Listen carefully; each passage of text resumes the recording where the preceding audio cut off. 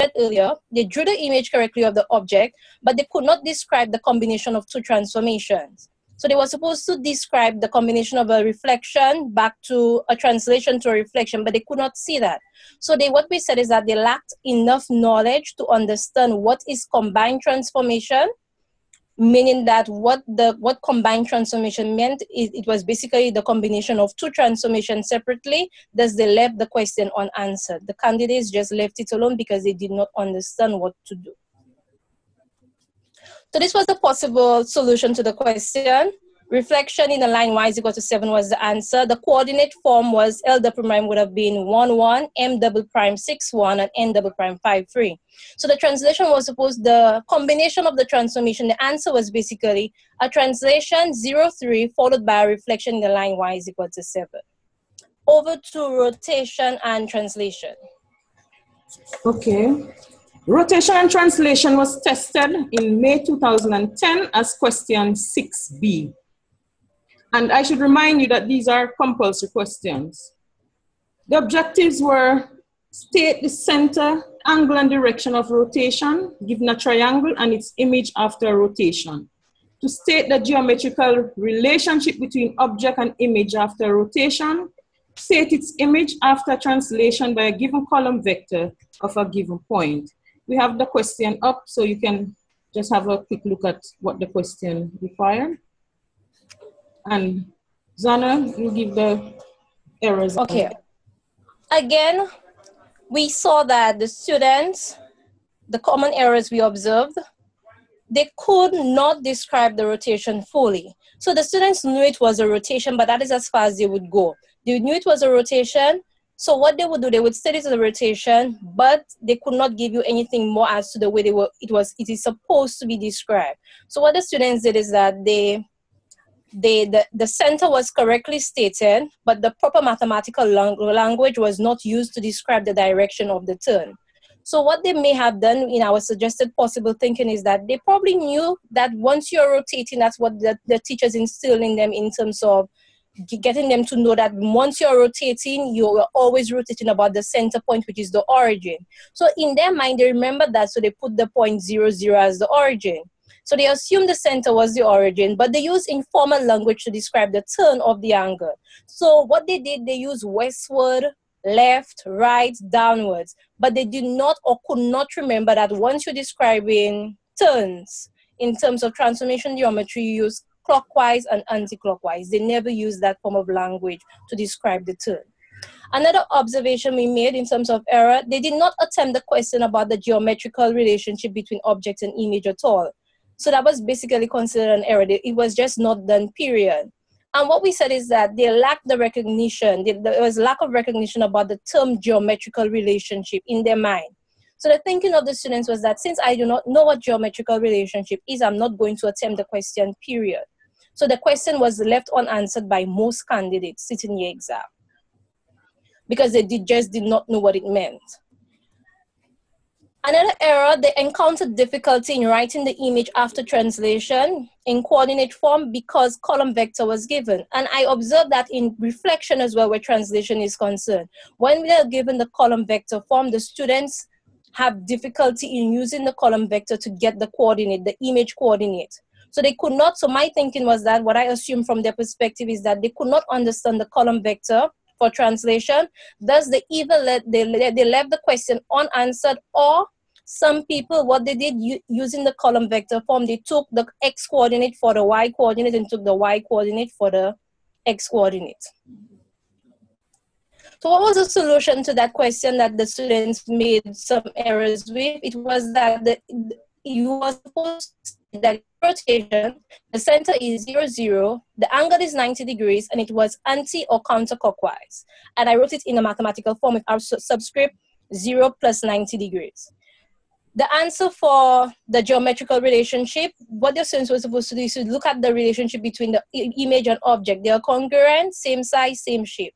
And what they were expected to do for the translation was to just give the coordinates of L, and the answer was 2, 1.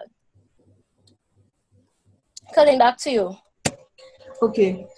Unlike reflection and translation and rotation and translation that were only tested once each over the 5-year period, enlargement and translation was tested 3 times, as question 5A in 2011, question 6 in 2012, and question 5A in 2014.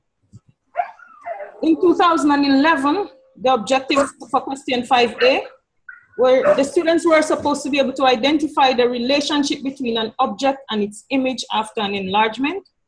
We have the question up so you can have a brief look at it. We're supposed to identify the relationship between an object and its image after an enlargement. In 2012, question 6, they were supposed to locate the center of enlargement given an object and its image, state the scale factor and coordinates of the center of enlargement, determine the ratio of the area of the image of the area of the object, draw a triangle given its coordinates, and describe fully the transformation which maps a given triangle onto its image. And again, I have the question as given by CXC on your screen. And in 2014, as question 5A, they were supposed to describe a translation in the plane, draw the image of a triangle after undergoing an enlargement. And this is what the question looked like. Zana? Okay. And again, we observed the common error that we made. One of the first things that we observe is that the students were unable to use the scale factor to determine the length of the image. The students were first asked to get the scale factor. That was an error made. So they got the scale factor correct by dividing the 2 corresponding vertices, but they could not see that to get the length of the image, all they were supposed to do was to multiply the scale factor by the object to get the answer. So we're saying that their thinking was that they did not see how the scale factor and the length of the image was related. Thus, they did not attempt the question or wasted time using Pythagoras' theorem or trigonometry to find the answer. So that's what we thought that was their thinking. Since they couldn't say it, they wasted time using other methods to find the answer, as opposed to seeing that all you had to do was to multiply the scale factor to the object to get the image. Another thing we noticed is that they could not locate the center of rotation. So we said that maybe they thought that just connecting the vertices was just the answer. And then that's where it ended. So what they did, they connected the vertices but did not extend the lines because they thought that the answer was connecting corresponding vertices. They used the knowledge of the origin, since that's what, I don't know, for some students that's an easier thing they see out, that anytime they ask for center, they put origin. So they just use knowledge of the origin as a usual center in transformation. Thus they drew lines. Some of the students drew lines to the center and claimed the answer was the origin.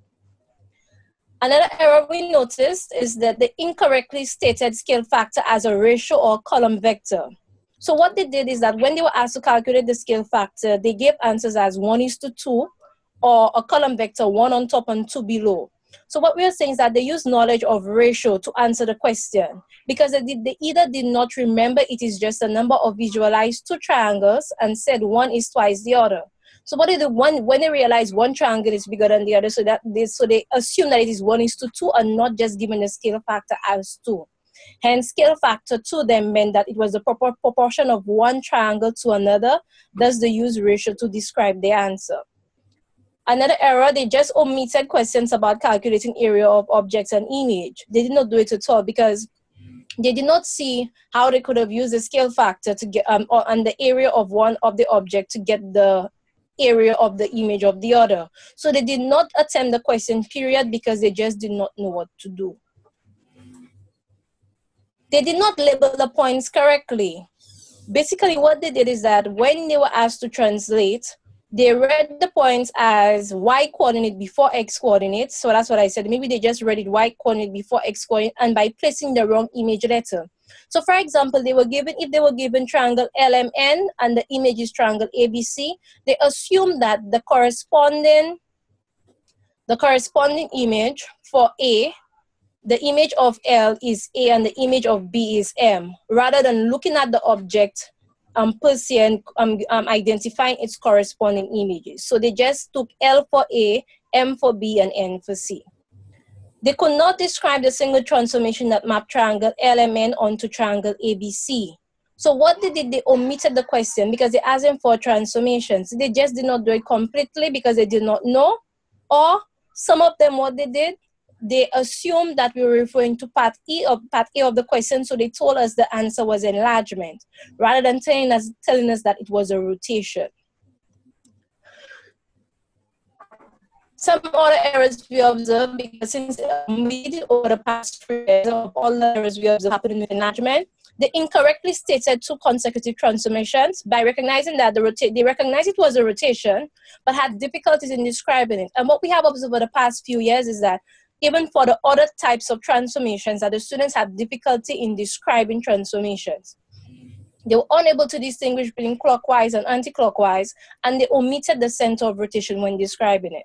So we saw that the students, they knew about rotation, but could not describe the turn. Thus, they use all different types of languages to describe the turn. They use west, right, left, but they could not use the correct terms of clockwise and anti-clockwise.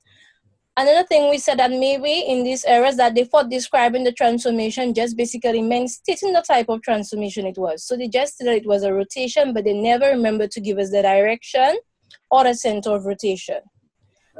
And they could not describe translation in vector notation. And that's what I observed that has been happening for the past 5 years in all the review that we have done. That the students have difficulties in using vector, column vector, in using translation. So what they would do, they know what the translation is, they can get it on the graph for you, but they cannot use the column vector form. So what they did, they wrote the answer in words to score points. So that was the possible solutions for the different years. May 2011, the scale factor was 2. The length was 10 centimeters. The image length was 20. For 2012, some of them it was more graphical, so we just put the possible answers that you need to write down. And for 2014, the vector translation was 4, -5. Coming back to you. According to CSEC's report, the overall performance of candidates who attempted transformation geometry type questions were poorly done. And it shows that the candidates have very limited knowledge of geometry transformation. So as teachers going back to the classroom for September, these are some things we need to take note of.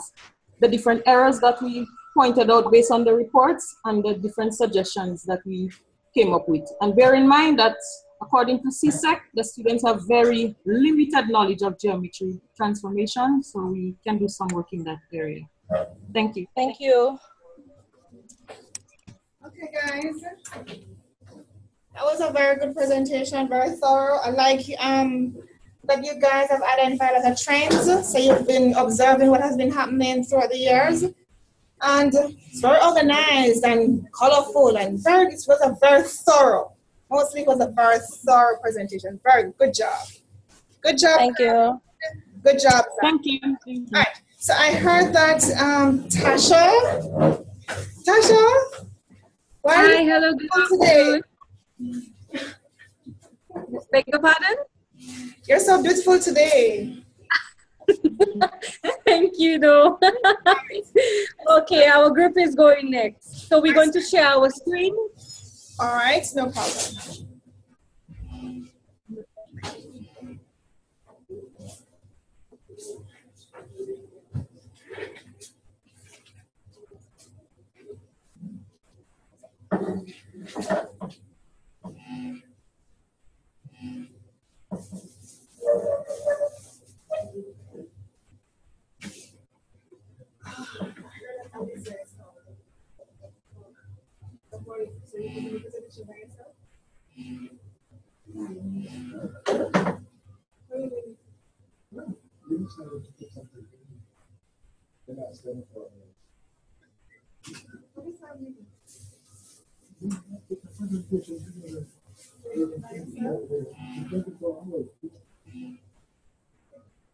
Give me a second, Tasha.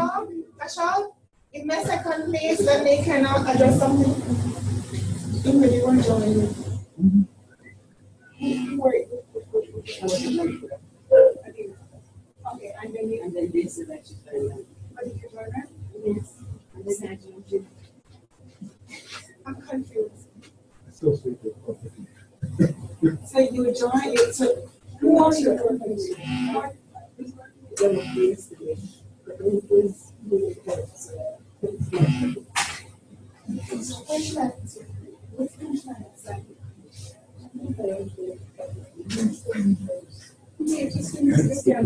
Okay, go. I just have to do something because I don't know maybe would have fallen out and I would have Facebook because this morning I heard yeah. So oh. So then what was it guys are making together? Hi Tasha, are you ready for us? Yes, I am. Can you hear me? So Tasha, who are your members again? Okay. Our group, my group member is Jeffa Pierre, Sabina Promise, and myself, Tasha Serok. Okay, we are going to look at errors and possible thinking by candidates for making such errors. And our strand topic would be statistic, which is frequency table, bar chart, histogram, cumulative frequency curve. Okay? So this is what we'll be looking at in our presentation.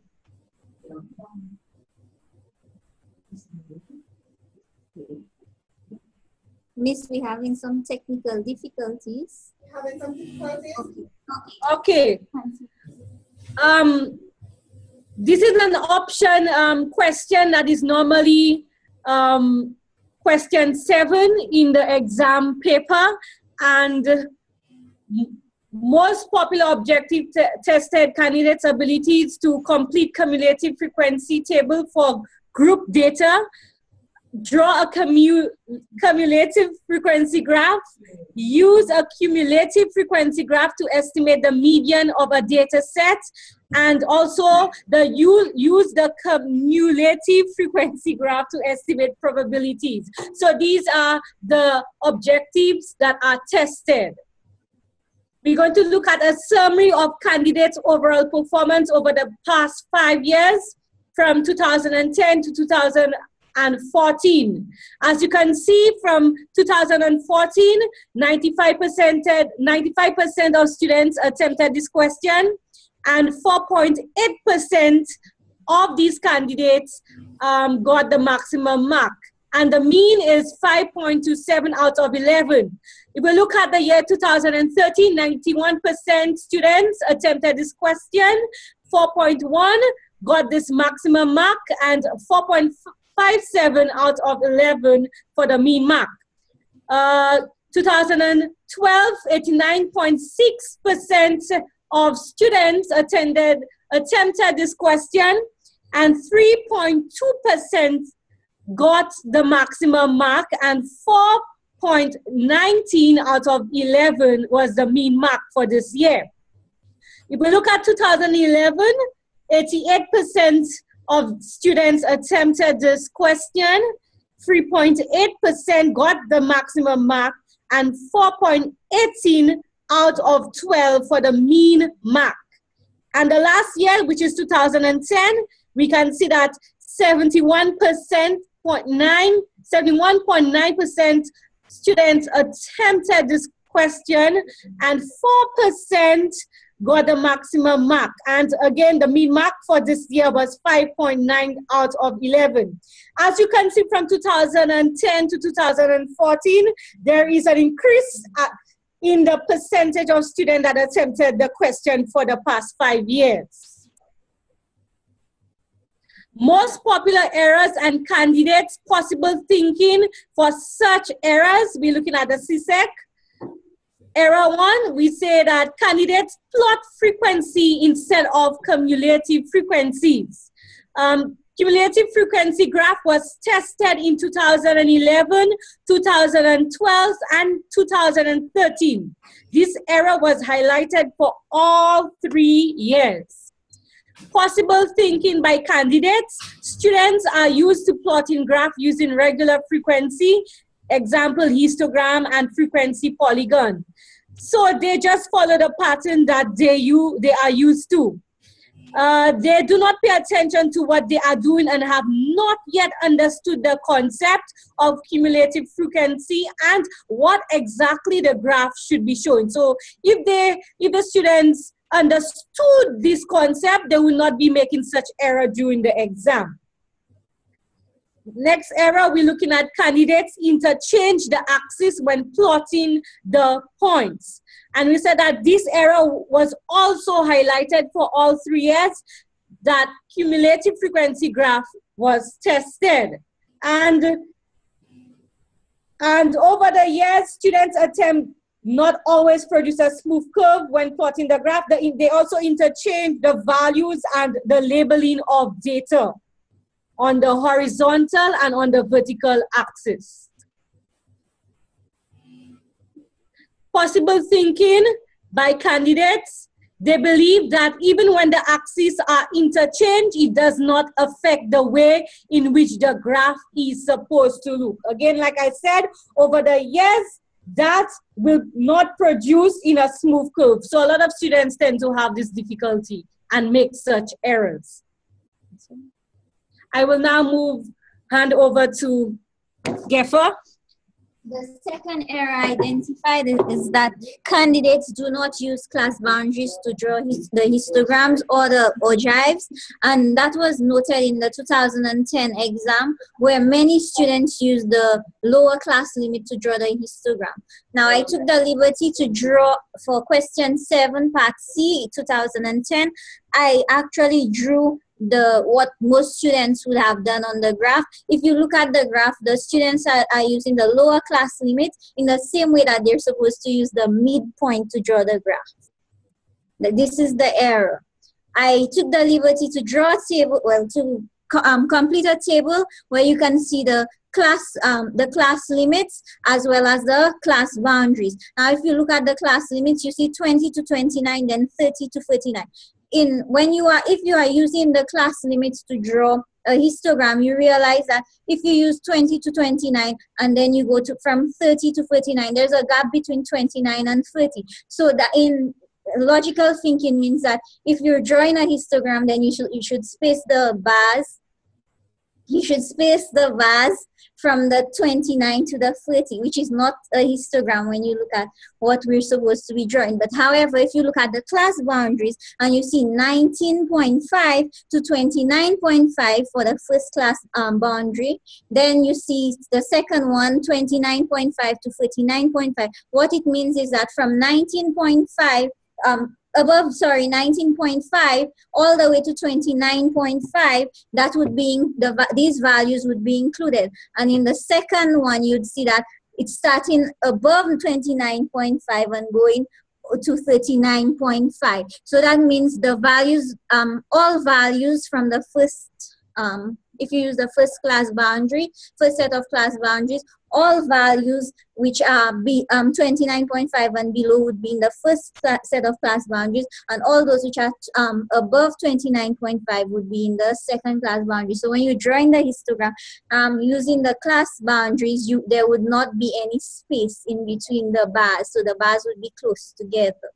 I took the opportunity to draw the correct thing. I used the class boundaries. You can see that we have 19.5, 29.5, 49.5, 49.5, 59.5, and 69.5 and there's no space in between. Possible thinking, the candidates believe that because they are given the class limits already on the exam, that they could just use it, or they should use it.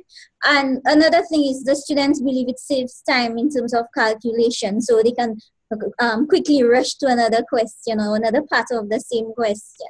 The other possibilities that they think that there's no difference between the class limit and the class boundary, so they use them interchangeably. Next person, Sabina.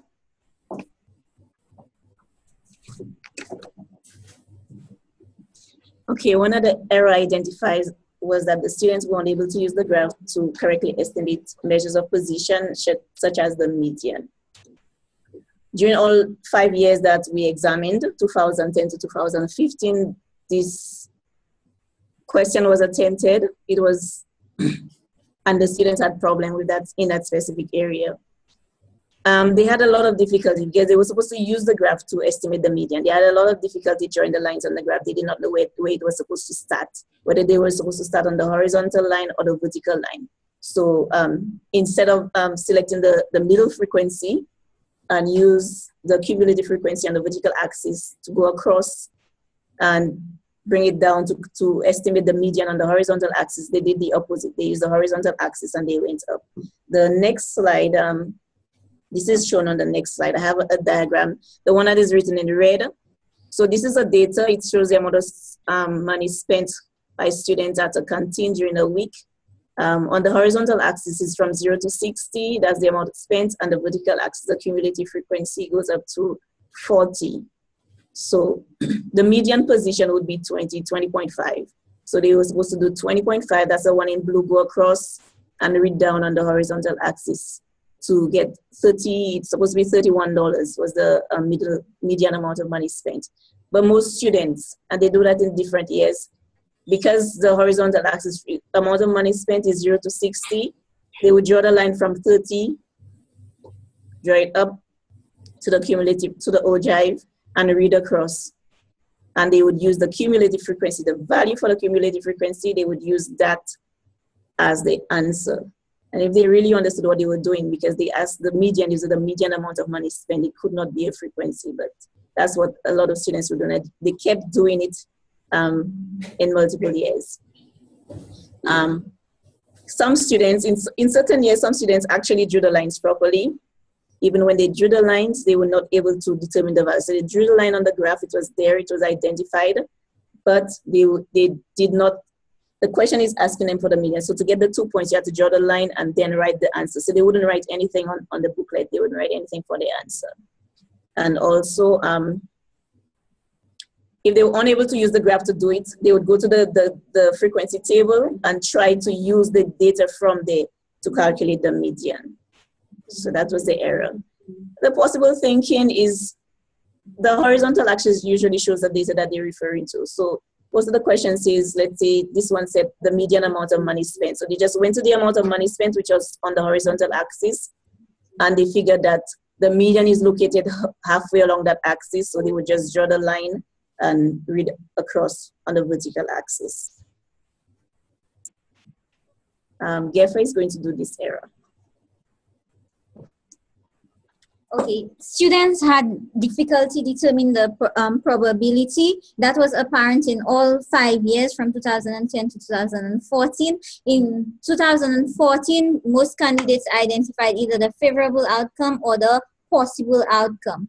It was also noted that when they were asked that a student chosen at random, the probability, that a student chosen at random had less than 4 books in his or her bag, they wrote the number 10 as the answer. This goes to show that the students are thinking that the frequency figure or the cumulative frequency figure on its own could be used as the probability, and they are unaware that a probability measure ranges between 0 and 1.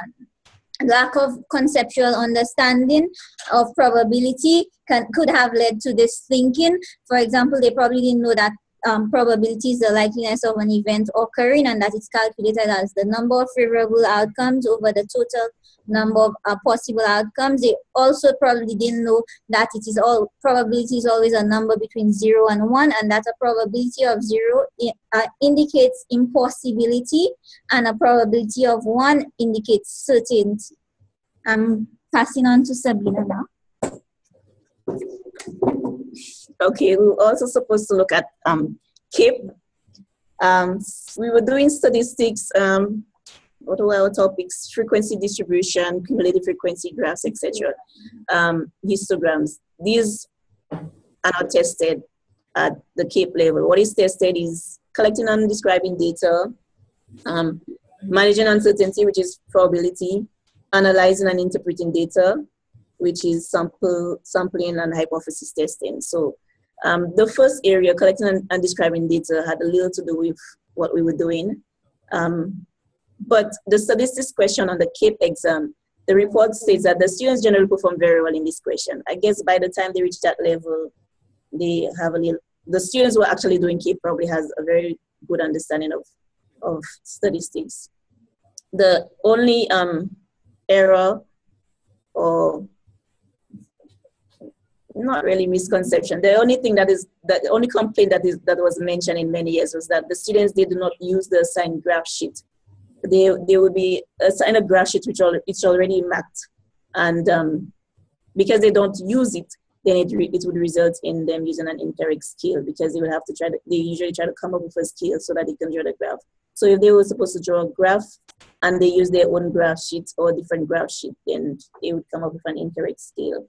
And when they needed to use that graph to estimate some type of measure of position, they would have a little error in that. Thank you. That's it. Thank you very much. Yes, we're through. We're through. Thank you.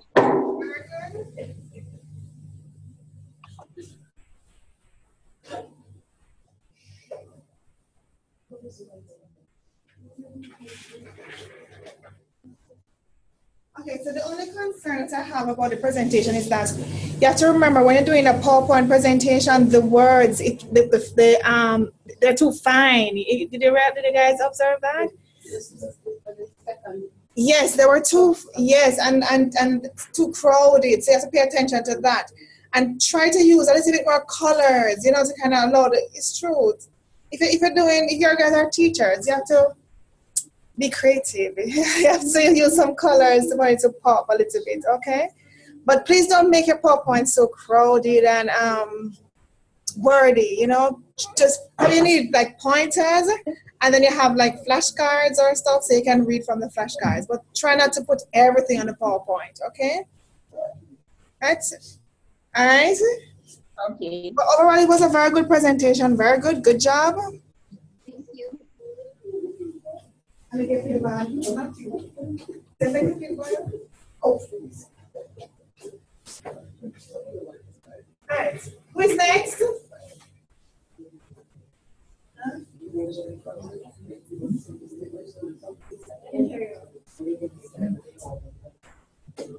Yes, I can share with everybody. Yeah, put it here and then we share.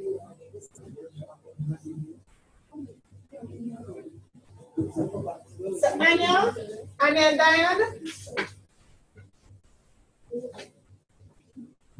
Anya and Diane, do you want to go next?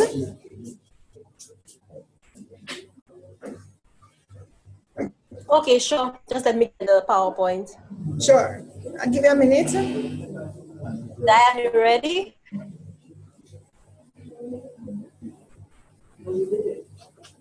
Yes, I'm here.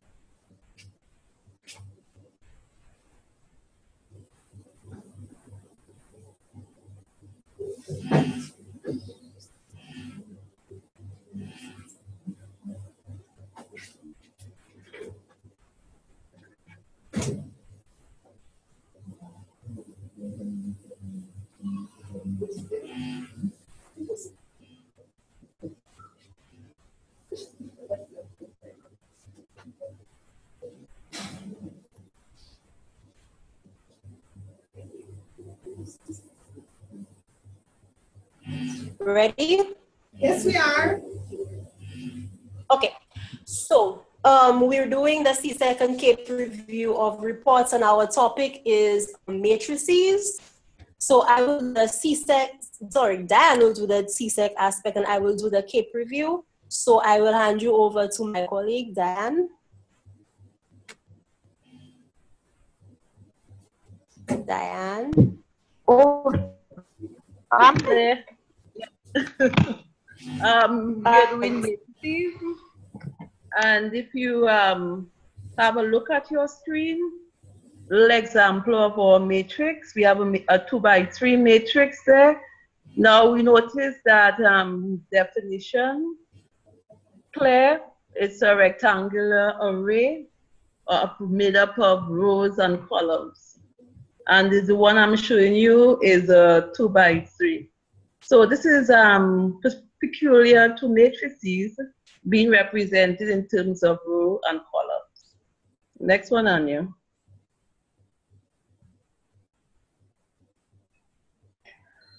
Okay, why it's there? Matrices, they're used in engineering, physics, computer science, and other application of mathematics. When you put on your computer, whatever comes on, maybe the shoe to buy or the car, that is that is where the matrices are used to make algorithms, the one that follow you all over the computer. So matrices, very modern, trending, and it's really necessary for future life. Because if you want to take part in any of this new engineering and computer science, then you must know matrices.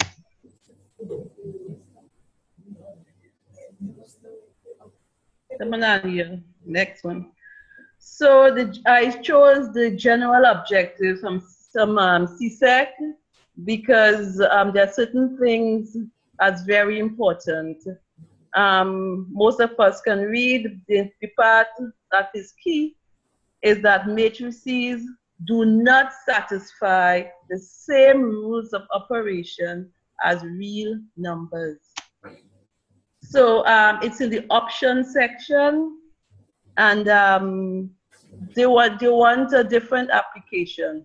All from questions 1 to about 8, they're using real number system, or we are using some algebra. So here we have matrix, a new mathematical object, and we will notice that some of the rules of operation may change a bit.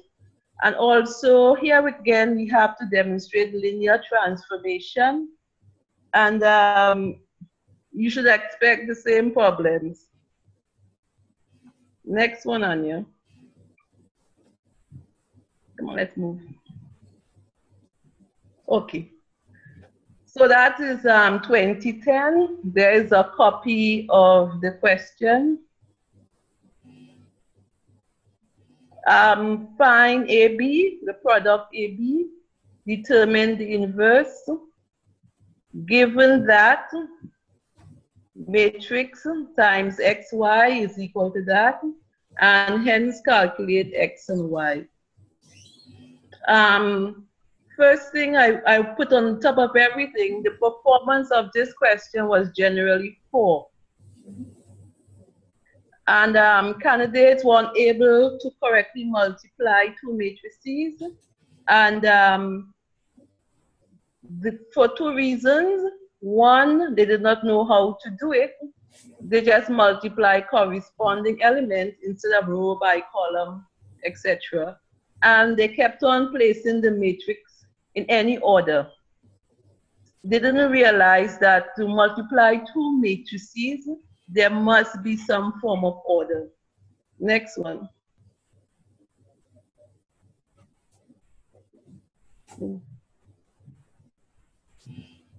Okay. Question continues, 2011, determine the inverse of the matrix. And if you notice the mark scheme close to it, there should be some indication of the effort. And the second one, the transformation.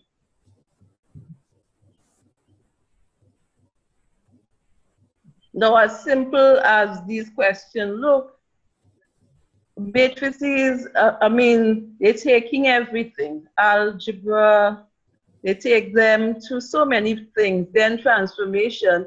So what we're looking at is a combination of strands. And as usual, the performance of candidates on this question was generally unsatisfactory. Again, the same thing, they had problems with the matrix algebra and the transformation. Again, they did not know the order to multiply the matrix. Next one, go ahead.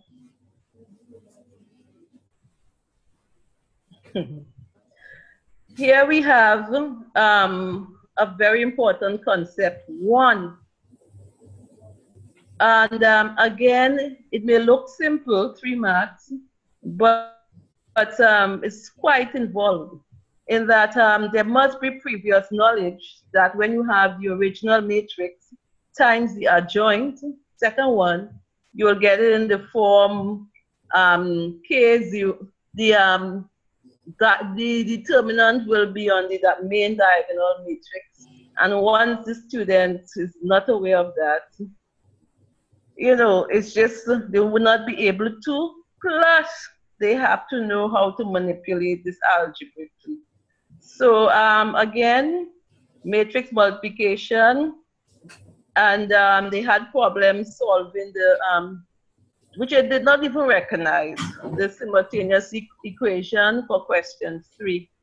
They just failed to see the connection between the parts. Next one.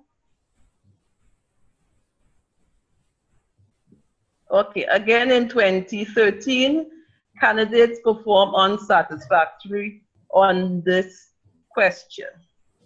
So this question was a little easier than most years, where they just have to find the inverse. And then they had to show that the inverse times the original is equal to the identity. And that's a bit of knowledge too, must know that. And the last one was a nightmare for most students in that there's so many steps. They have to multiply, then they have to go through so many steps. So what most of them did, they just tried to make a simultaneous equation and then proceed to solve it. But if you look at the mark, 5 marks, it should be clear to them that it really have to do some work to get 5 marks. Move on, next one please, Anya.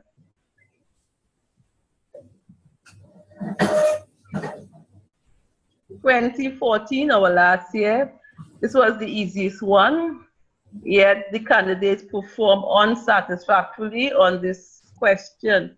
Now this one, take a look at it. They said this matrix M does not have an inverse, and if they don't know anything about singular matrix, well, they couldn't answer this one. So they couldn't even start. And the second part, well, a few candidates were able to do it because this one is straight from the textbook, where you write the coefficient, make a coefficient matrix, then the XY, and then you have the result matrix, and you use the formula and you manipulate the answer. Next one, quick.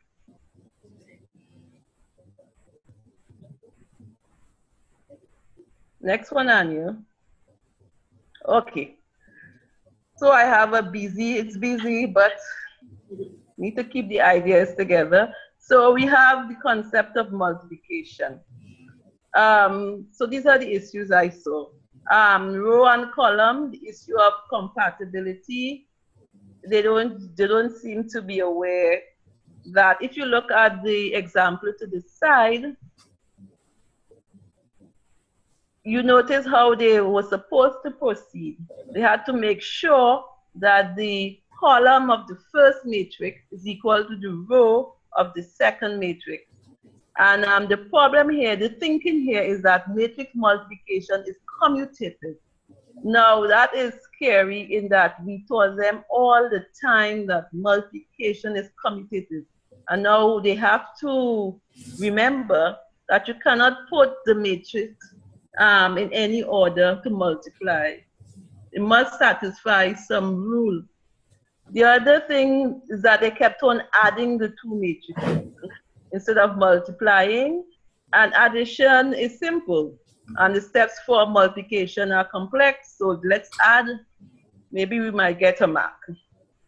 And then multiplying corresponding elements, where they just, I think the problem is the books, the syllabus. They keep on asking us to use a 2x2 square matrix. And in 6 of these specific objectives, they mention a 2x2 matrix. So you add 2x2 matrix, you subtract by adding and subtracting the corresponding element. So when it comes to multiplication, why not? And the worst thing is that look at A and B in the bottom. If you keep on setting the question like that, it is so easy for a student to say 3 times 7 and write down the answer. 4 times 8 and write down the answer. It maybe we and CXC must try to look at the one above.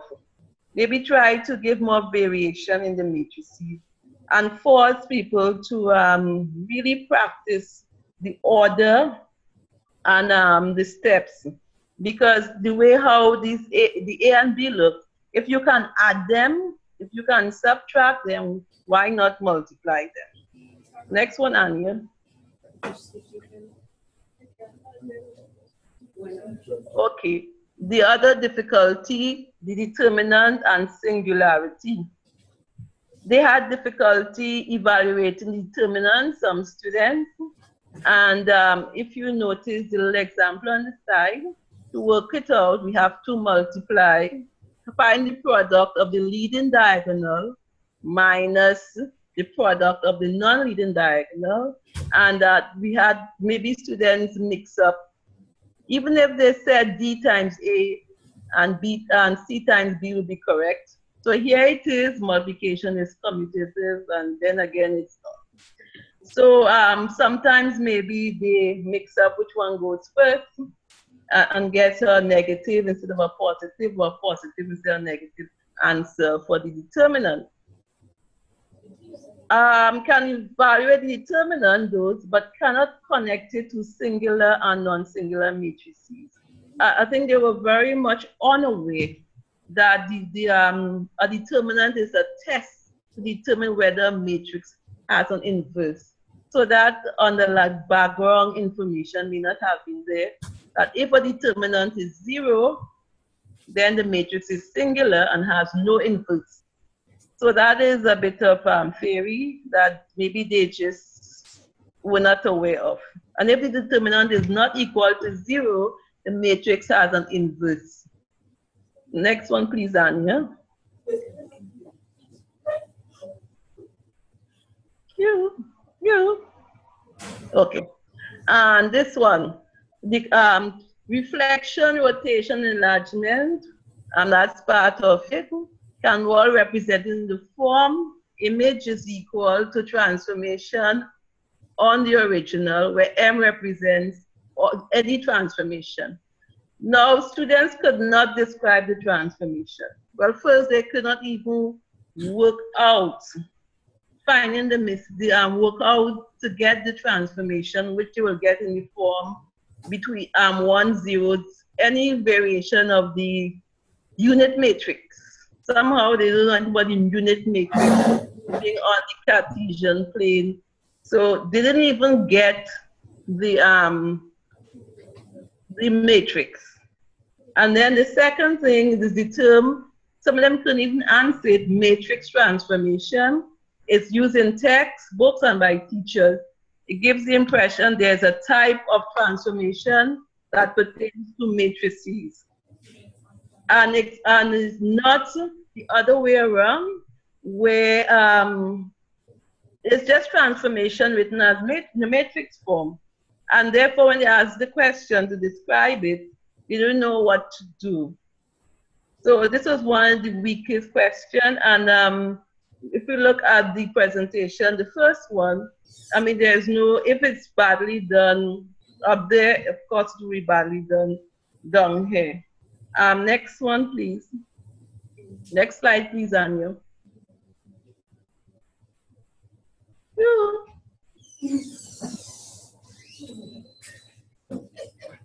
Next slide, please.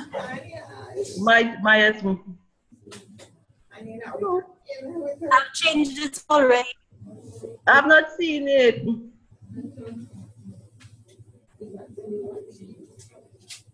Anybody seen it move? Oh, yeah.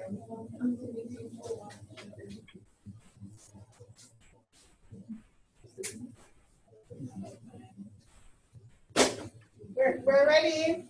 Okay. Oh, thanks. And they couldn't solve the matrix algebra. And I think it's because of the multiple steps. That needs a lot of practice because the algebra, you have to multiply, you have to create linear equations, you have to equate terms, you have to solve. And it's a lot of steps, especially if you're already weak in algebra. And yes, so the problem comes all the way from linear algebra. You don't understand that, you wouldn't understand algebra and matrices. Go ahead. On the second one, sometimes when they see the simultaneous equation, I think the students who are not prepared for this topic, they just see the word simultaneous equation and they will use another method.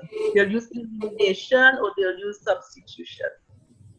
And grammar. And then they said that only can recognize the question stated in the textbook form. Like you see the example in the bottom. Next one, Anya, please.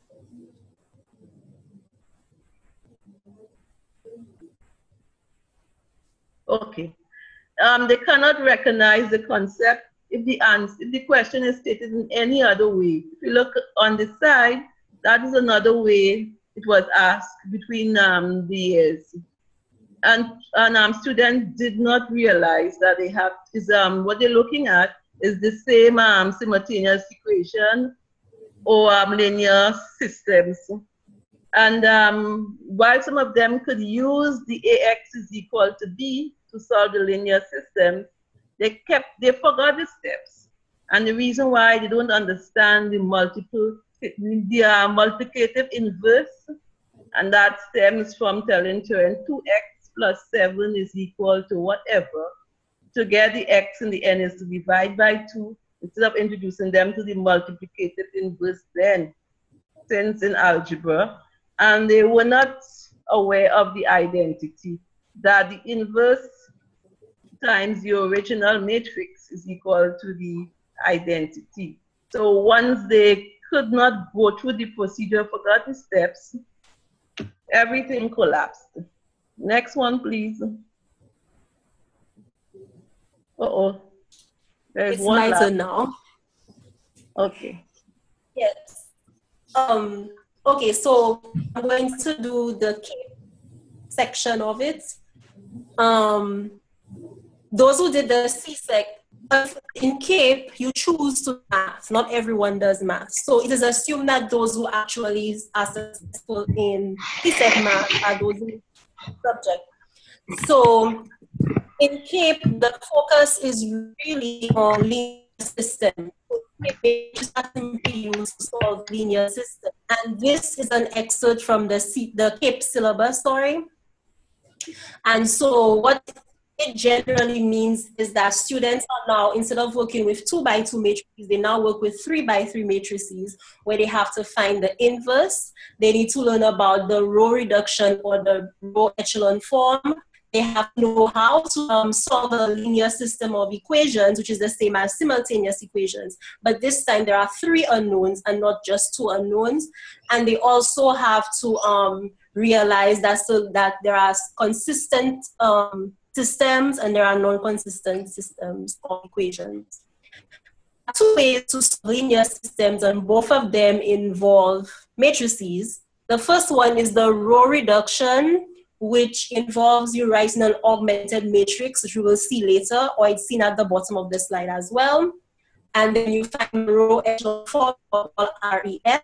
Some calculators can do that automatically, where it is like doing the process of elimination in solving equations, but simply in a matrix. Without the X, Y, and Z, you just do it with the coefficients.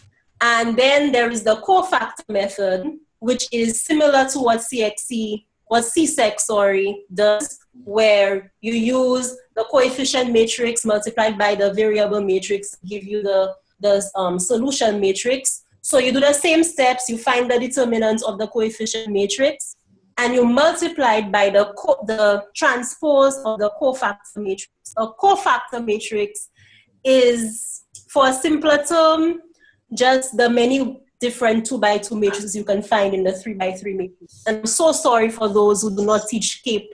It's a lot. In 2011, the report said that the question was done well. Matrices is usually in Unit 2, and it is usually the 5th or the 6th question. Unit 2, Module 2. Again, for those who don't do CAPE, bear with me. Unit 2, Module 2. And I just chose part C of the question because this is the part where students lost their marks, because the score was between 15 to 20 marks out of a possible 25. And those marks that were lost in that last part, where they had to solve the linear system. As you can see, it is the same as simultaneous equations, but this time, instead of just X and Y, they introduced Z. Now, the report said, like I said, it was done really well, but arithmetic errors were seen, and as Diane said previously, when you have to multiply matrices or find the inverse, it is very easy for the students to make those little arithmetic errors, as they multiply, or probably they add the wrong element in the wrong row and stuff like that. The method of matrices was not used to obtain the answer at all, so children just simply reduced it, and they did not use matrices. They just used some other method, probably elimination of the three of them. And again, because they were not able to use the matrix method correctly, they were unable to find the general solution for the system of equations. And possible ways to, even though they were able to prove that 1, 1, 1 is a solution by simply substituting 1 into the equation, when they had to find the possible solutions, what you see here is what the row reduction method would give you. Now, if you look, each column represents X, Y, and Z, and then the line in between separates the coefficients with the answers. So if I was to read this out, my answer would be X plus Y plus Z equals 3, and all the other rows would say that 0 equals 0. This is actually a solution because students were not able to realize that the three equations were actually parallel. So the lines, if I had to plot them, would be parallel to each other. So therefore, instead, students may say, okay, there is no solution because I cannot find an answer for X, I cannot find an answer for Y, I cannot find an answer for Z. But that is incorrect. The answer is actually an infinite set of solutions instead of there is no solution. So this is where students get confused because they don't understand that there can be infinite solutions and there can be actually only just one solution. And these are the conditions for a consistent system of equations. In 2012, this was the question, and only part C tested matrices. And they were given a matrix, a square matrix, and they were asked to do simple manipulation, which is B is equal to A squared minus 3A minus I. And I, of course, is the unit matrix or the identity matrix where the forward diagonal is 1 and every other element is 0. Then they were supposed to do a proof to show that AB is equal to -9 times the identity matrix.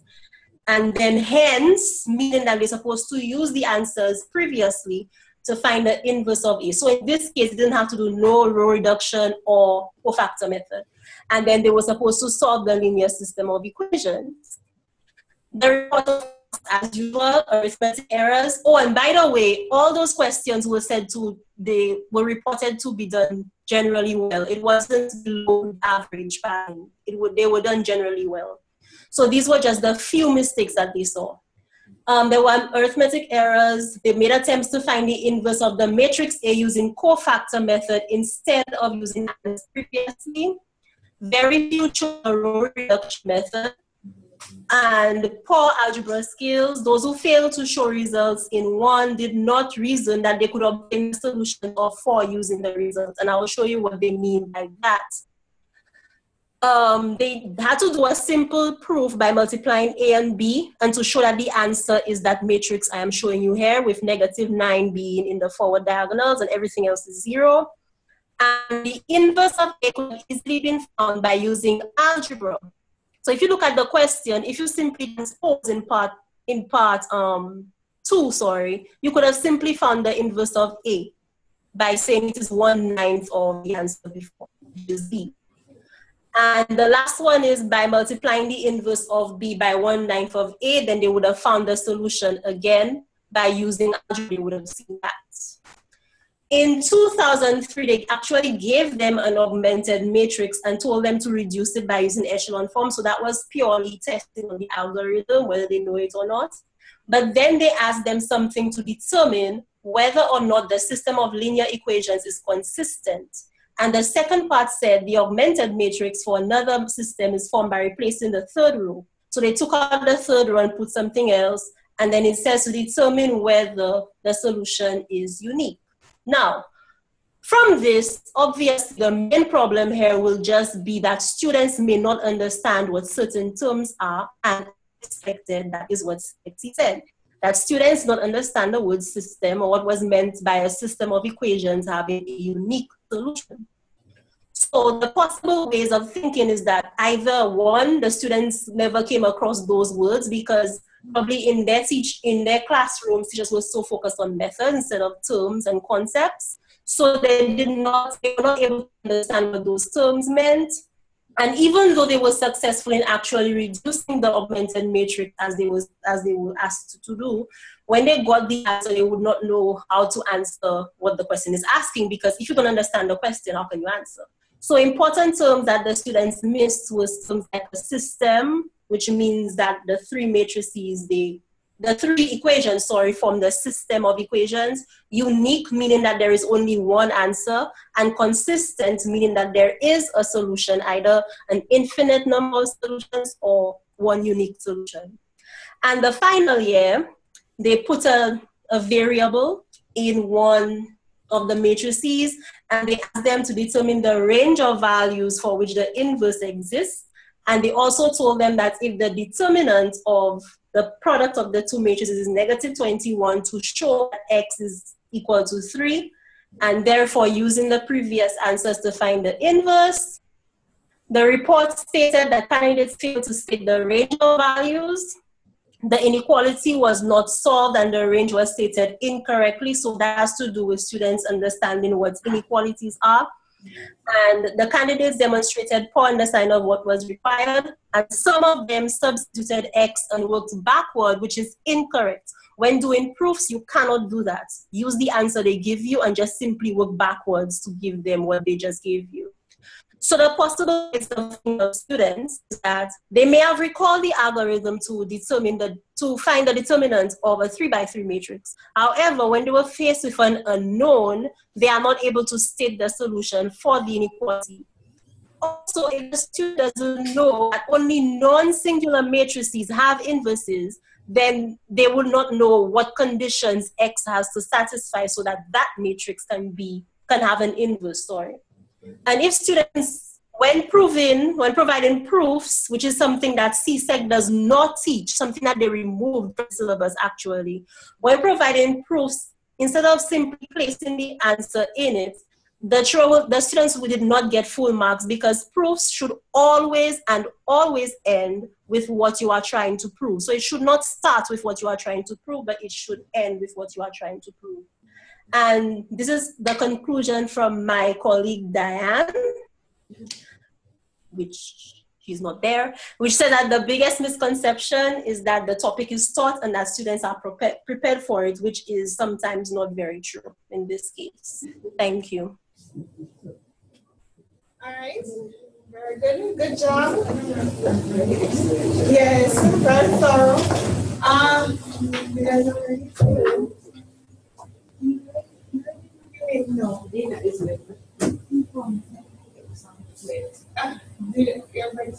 Good job, Diane. So, Diane and Anya, very good. Very thorough. Good job. You're gonna go now, Ricardo? Alright,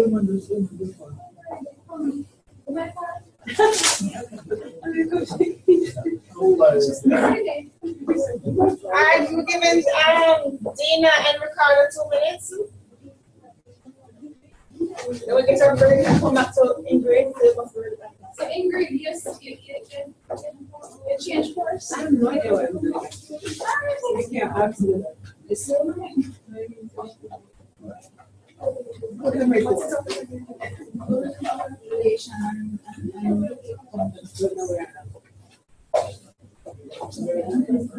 we found out some information today, so we will say it's one person. Yeah, you're kind of duplicate that information also. So it's still early. It's still 300? Oh, so you want to do it again? Very common for them. So I know there was 1% to Ricardo? No. Okay, so why are you looking to come up to where we're already?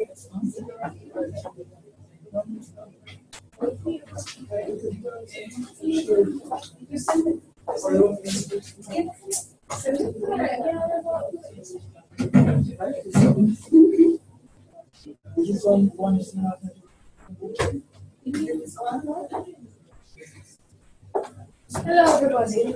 Wait, let me find your work. Call them.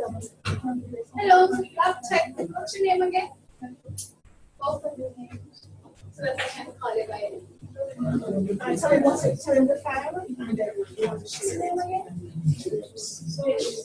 Oh, and the name of the file is Tell the customer.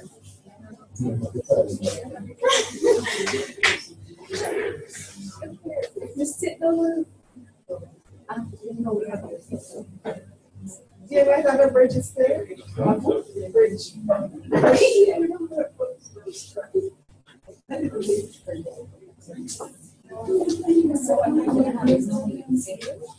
I need more.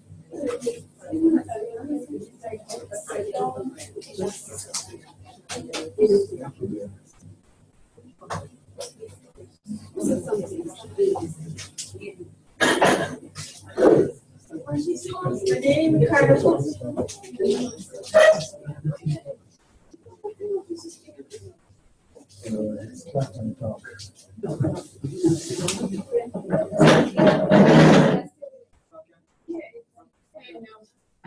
Just the little one. No, start from C.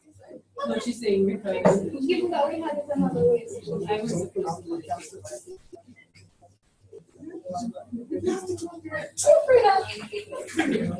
Hi guys. So we're about to present. That's Ricardo and I. That's me, Dina. Hi, Dina. Hi, Dina. Here.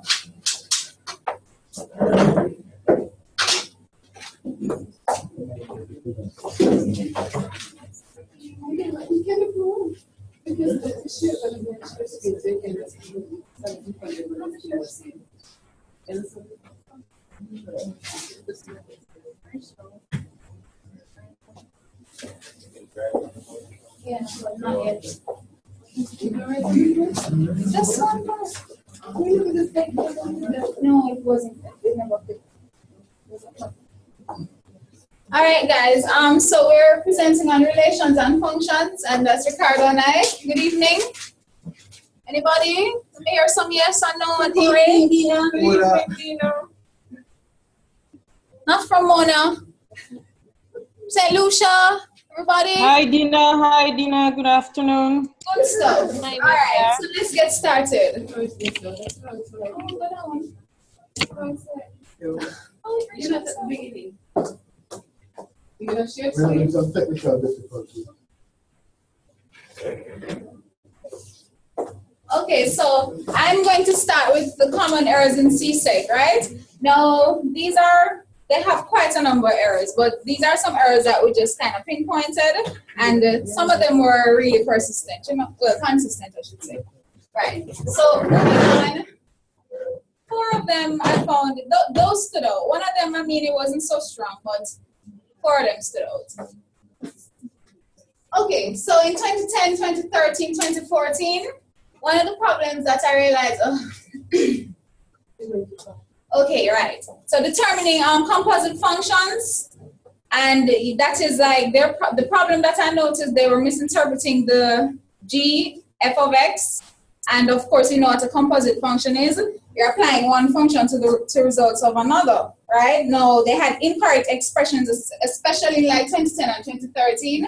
And there was an inability to simplify this composite function, even if they got the order, like the steps together. When it reached, like, say, the final step, they had problems to simplify this composite function when given, like, constants to substitute. So they could do that road procedure of getting it, but they got a constant. They totally forgot the constant that they should have injected into it. Now, moving on. Determining the inverse of a function. Now we all know what inverse means, right?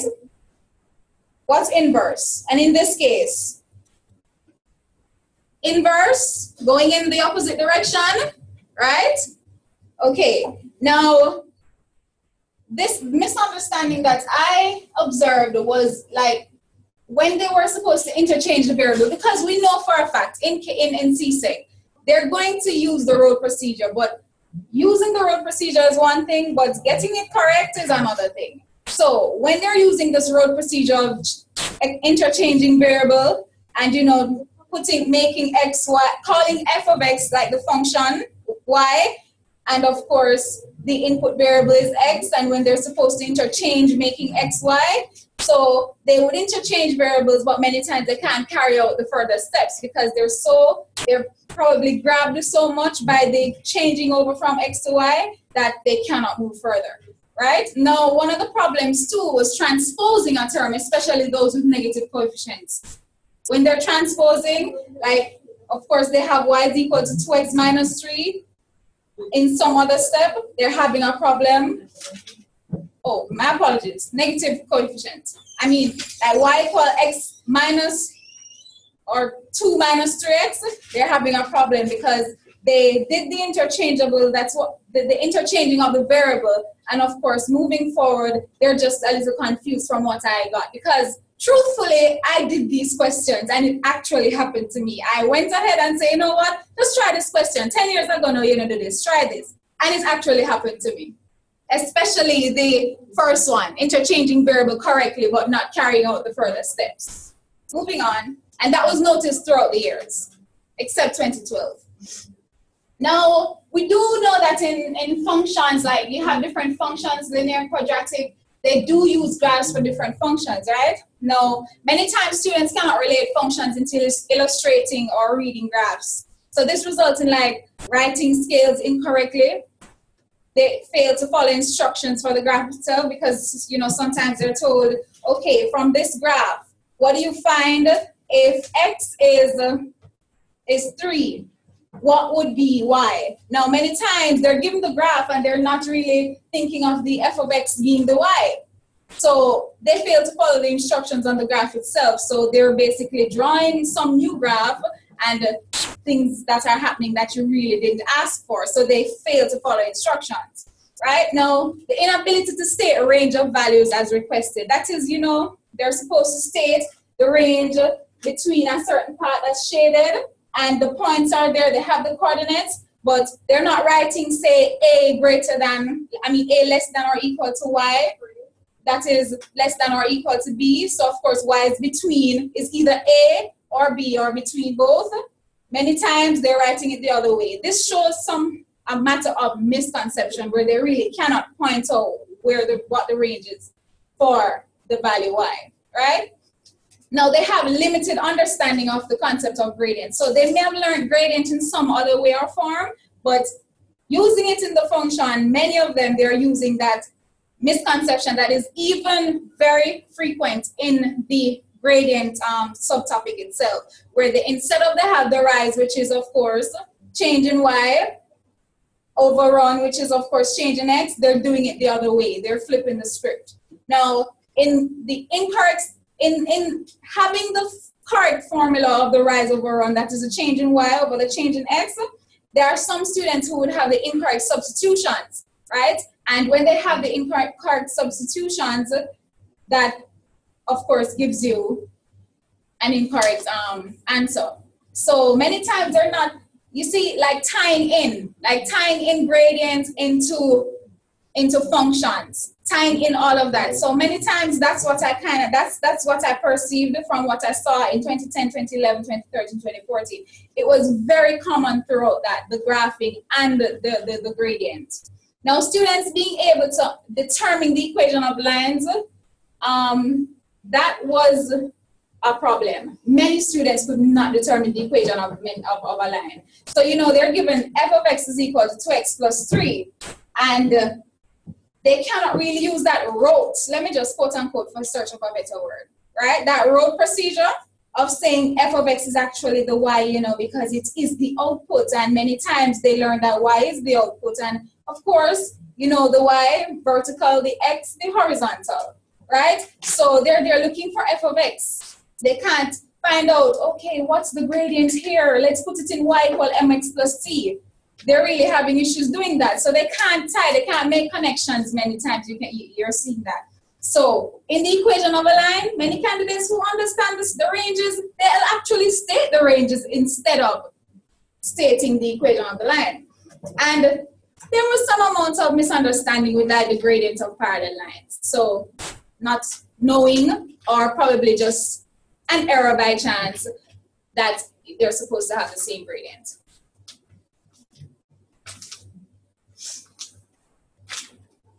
Now 2014, this came up, you know, but the inability to determine the value of x for which a rational function is undefined. So this shows that the misunderstanding of what's the description of being undefined. So they say a function 2x plus 3 over x minus 7.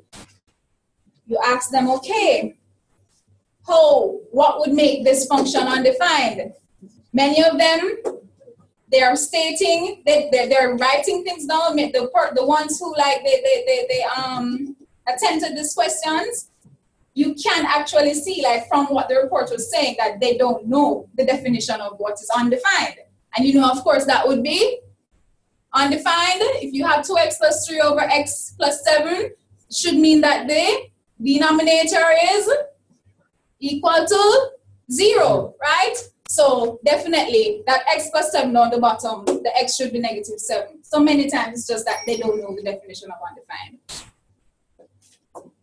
Now, from those CSEC errors, those are the ones that I found most, they were just frequent. And of course, number 4, it just popped up out of nowhere. And from the report, I saw that, okay, they don't know the definition of undefined. So that's a summary there. Now, possible thinking for errors of such sort, that's really way down. Summarizing for both CAPE and CSEC. But one thing in CSEC that was realized, that I realized, in general, like many of the errors that can be due to students not reading the questions carefully, like the entire questions carefully. So they focus too much on like the numerical aspects. They're not checking, okay, the function, oh boy, x is the input, and f of x, that's actually, you know, the output. Many times they're looking for the numbers, say, okay, let me work out what g of 4 is, let me work out what f of 4 is. If you just say, do the inverse and stuff, and they say inverse, or they see g, the composite function, they're looking for the composite, but they're not thinking of g, f of 4. They're just working out g of f of x. So they're focusing on the numerical aspects so that they can just throw in their road procedures, right? Now, and this, as a consequence, they miss the important information. So if they're given g of f of x, what is the output? What's the output? Output? Mm-hmm. The output? Mm-hmm. The output is actually like okay, x is the input, f is the function, but f of x, that is the output. The function, when you, no, miss, I'm not there. You're talking about G, everybody? It's on composite with the function. So composite? No, I'm not a composite. So firstly, you're talking about input and output, but I don't think that you have a good understanding. Okay, input. Of what the input and the output The input is in a function. If you have f of x, right? The input is x. If you have a function, what does that mean? What's a function? It's a relationship. Now, if you're given f of 4, what does that give you when you work it out? The output when x is equal to 4, right? So many times, from what I saw, students cannot really recognize certain linkages also. So, for instance, I was using the composite function where you have g f of x, right? That's part 1. Now they're seeing g, they're seeing f, right? Part 2, g f of 4. They start g f of x. They cannot go very far with that. When they reach to g f of 4, they're actually doing g of 4. That is something that was common, right? And this could be a critical case where they're skipping many lines. They're just jumping, as I said, to road procedures. Because even with the inverse, many of them, they just did the okay, x, y, switch over y for x and all of that. But really, what is the inverse? What's the inverse of a function? It's the opposite, right? So if the function turns apples into bananas, right? The inverse is what? The function has to turn bananas back into apples, right? So that was a crucial case where many students are looking for a numerical aspect just to go on with a road procedure. They could not really put constants in. Give us a math example. I'm gonna do that. Can you go, please? No, just go on. Oh.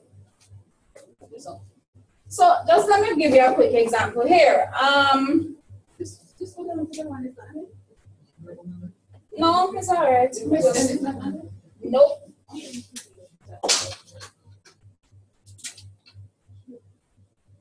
Functions f, 2x minus 5.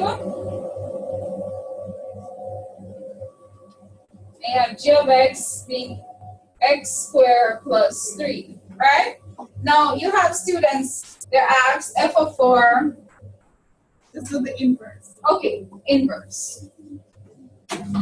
Inverse of, say they're given. You're seeing, guys? Right? The screen is going to get, the screen share? No. I'm just, yes, they're seeing. You're seeing, right? Right, guys? No, your screen is shared, so I'm not seeing what you're doing on the board. Okay, I just want. Right. All right. So it's an inverse. You're skipping. You're flipping the script. So it's from x to y. So what you're doing here, from here, using just f of x then. Let me just use f of x is equal to 2x minus 5, right? You're basically making no. All right. So flipping the script, you have y equal to x minus 5, right? You're flipping. X is equal to 2y minus 5.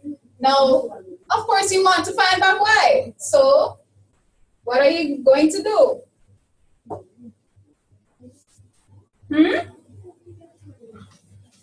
What you gonna do? Oh, you wanna answer me? You need to find y. Yeah. Y is equal to x plus 5. Okay. Y is equal to x plus 5. I kind of like to go through the vote. Okay, no problem. Given that it's okay. right. So many times they're not really realizing you're flipping the script. And as Miss said a while ago, you see that misconception you might have of not knowing input versus output, and also what the function is. You need to be able to identify the input, the output, and the function. And the function just shows the relationship between input and output. So you have an input, you get an output. And the function shows such relationship. So moving on to Cape, let's have it for Ricardo. Yeah.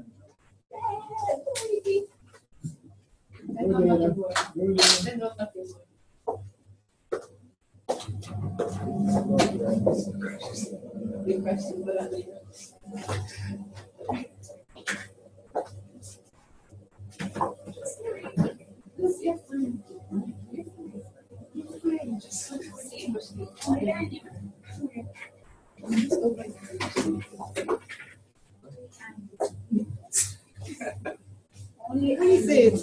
You don't want to go get part is fine if you don't want to. You don't feel like you want it. When? Just read from it. Yeah, because that's basically what we have. Yes, the share screen. Why is share screen? Ricardo, time. The screen has been shared. It's time to decide if you don't want it. All right. All right.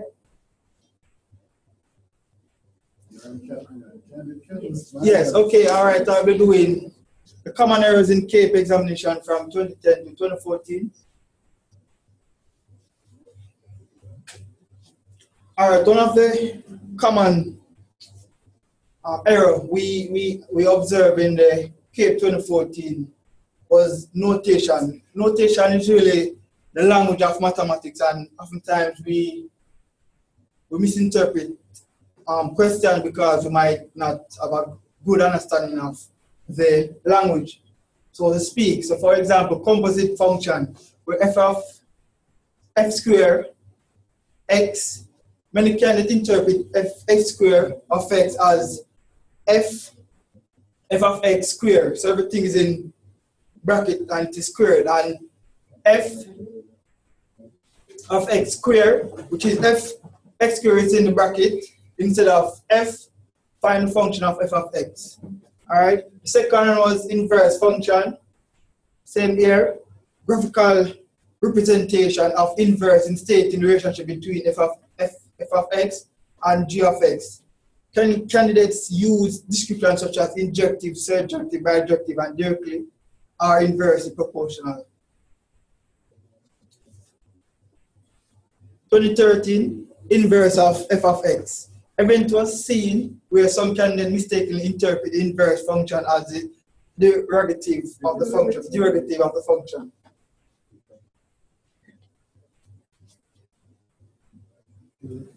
All right, in 2013, injective, surjective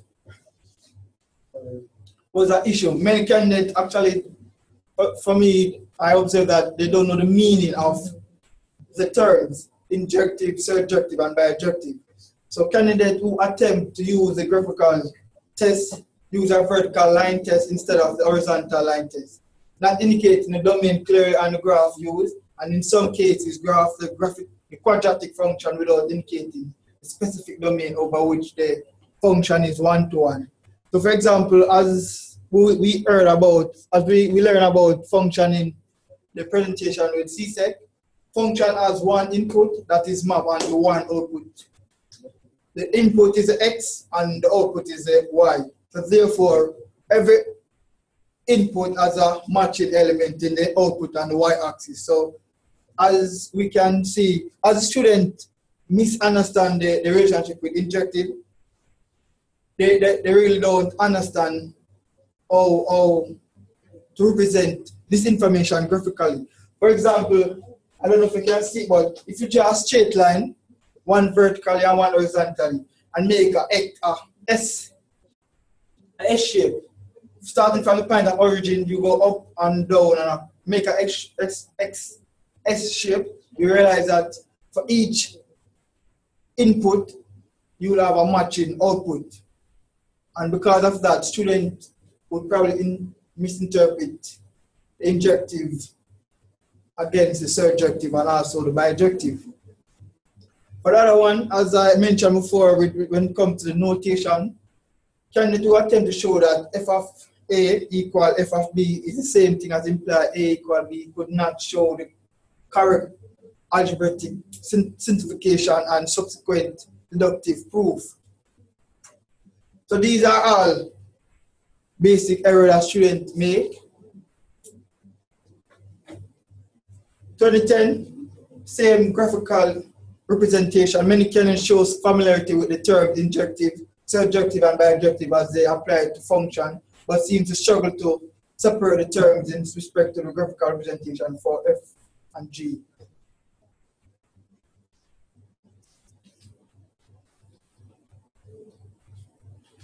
All right, 2014, there's another error where algebraic skill, simplifying f of g of x. Some candidates are difficult simplifying the question, as you can see it on the screen.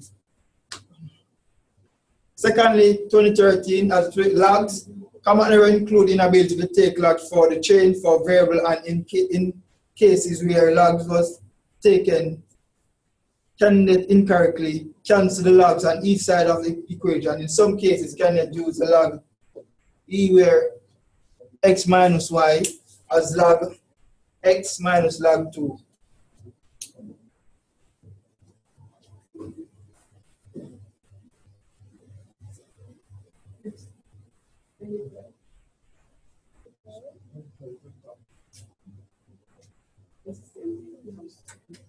Most of these errors are simple, recurrent in most instances. So I will go to the student thinking. All right. Students believe that each familiar function, example quadratic, square root, etc., is independent of the others. So they may not recognize commonality among all functions and their graphs. Students may also believe that skills such as factorizing or trinomial are complete in a square or isolate within a unit of polynomial. And they will come to understand the usefulness of these skills in the context of examining. All right, characteristical function, additional students believe that the process of rewriting equation into various forms is simple algebra symbol manipulation exercise, rather than serving as a purpose of allowing the different features of function to be exhibited. So as I said earlier before, as the importance of knowing the terms of injective, surjective, and bijective is a critical component, and oftentimes students use the vertical line test to prove one for the other and vice versa.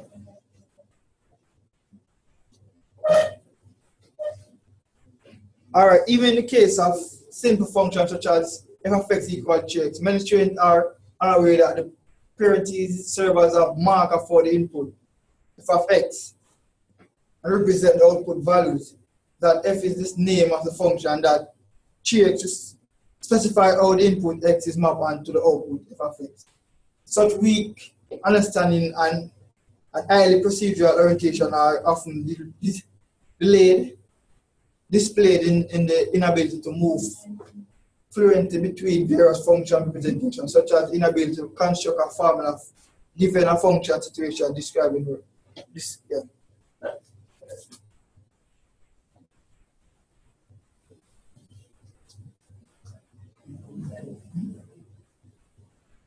All right, time doesn't allow me to finish, so I will have to wrap up. All right, thank you guys. All right. You're welcome. Okay, so guys, there you have a little pictorial representation of what functions relate to. All right, so the weakness in the presentation now is that it was extremely vague. Yes. So when it's said, for example, Dina, I'm expecting some examples. You're saying, that's what I'm saying, put something on the board. So when you say flip the script, I don't understand what you're saying. If you're saying, like, for example, function f of x is equal to 2x, that's fine. We're talking about the inverse of the function now, Dina. When you say flip the script, I'm trying to figure, are you saying to me that it's actually the opposite? Because yes, where they were adding that, subtracting that 5, they would, because that's what the inverse suggests. When they be adding, they will be now subtracting, and where they're now multiplying there, they'll now be divided.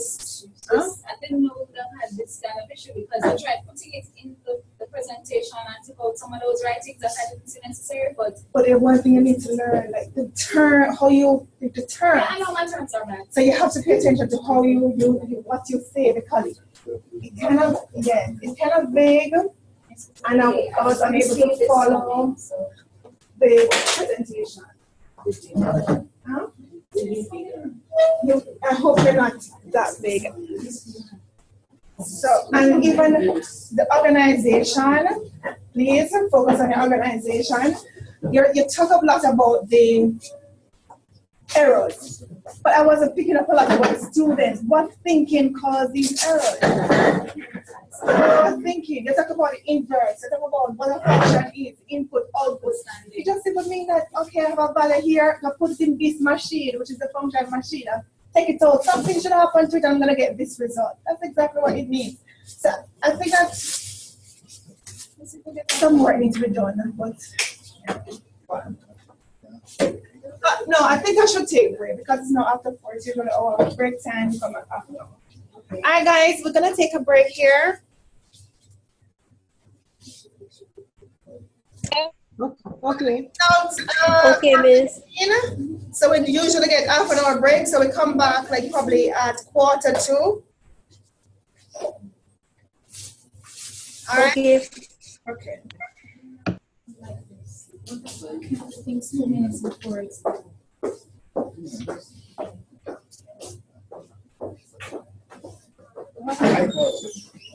Miss McArthy? Yes, Jaffer? Is it okay if we head home now during the break and we'll be like 15 minutes late to log back on from home? Because if we stay here, we have to stay until 8 and then drive all the way down. Okay. They're together. Huh? They're together. Oh, it's just 3 of them. All right, fine, no problem. Fine. Okay. Thank you. No, they're at the campus. Yeah, the campus.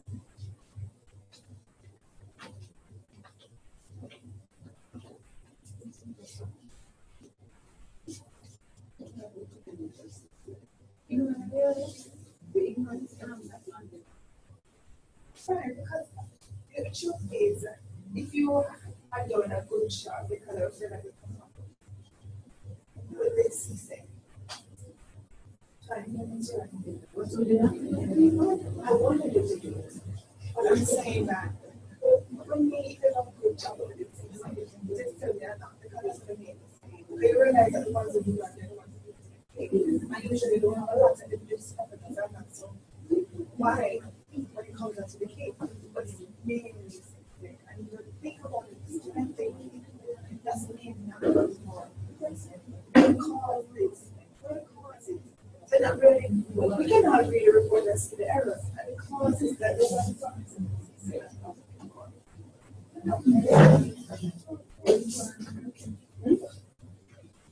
no, it's okay.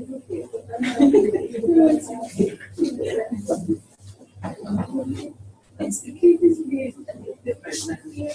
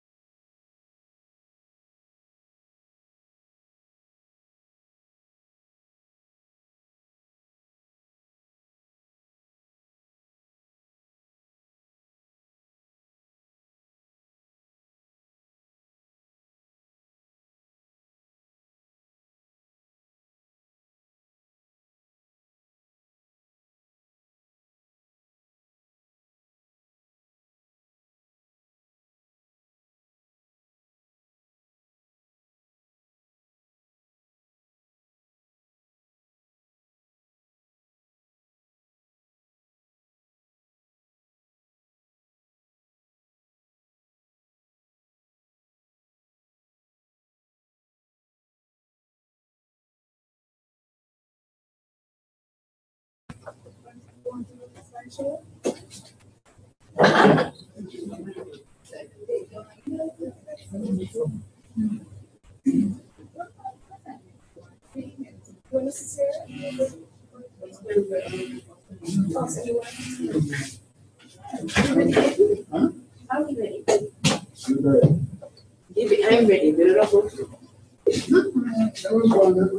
I'm ready, but not for this.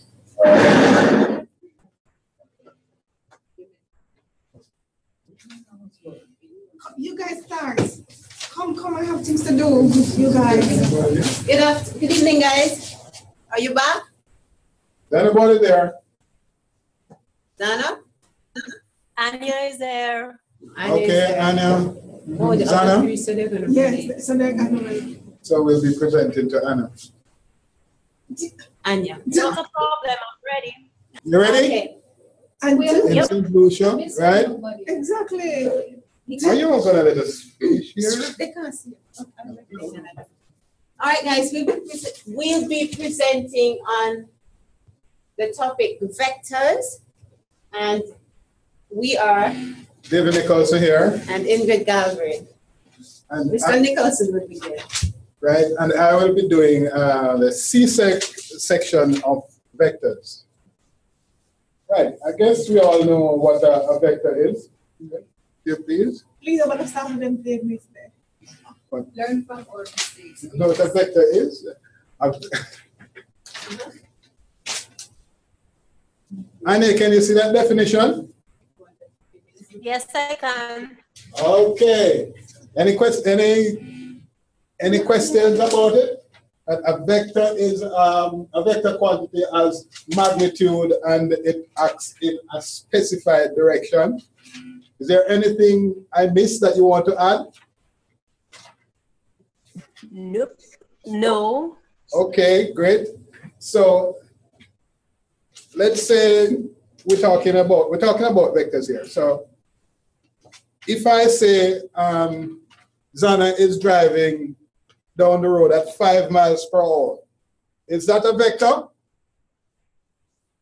No, because it only has magnitude. It needs magnitude, right? Okay.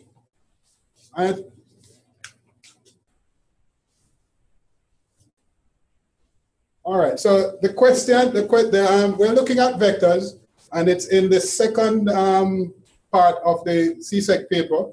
Usually, question 11, which is also the question on matrices. So you have matrices as 50% or thereabouts, and vectors making up the other 50%.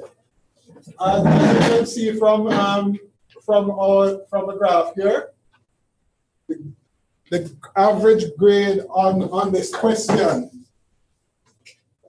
from 2010 to 2014, at only one point did the average go above 25% of the marks for that question. I think above 25% out of 15. So we're looking at a maximum here of 4 out of 15 for the average for the entire question.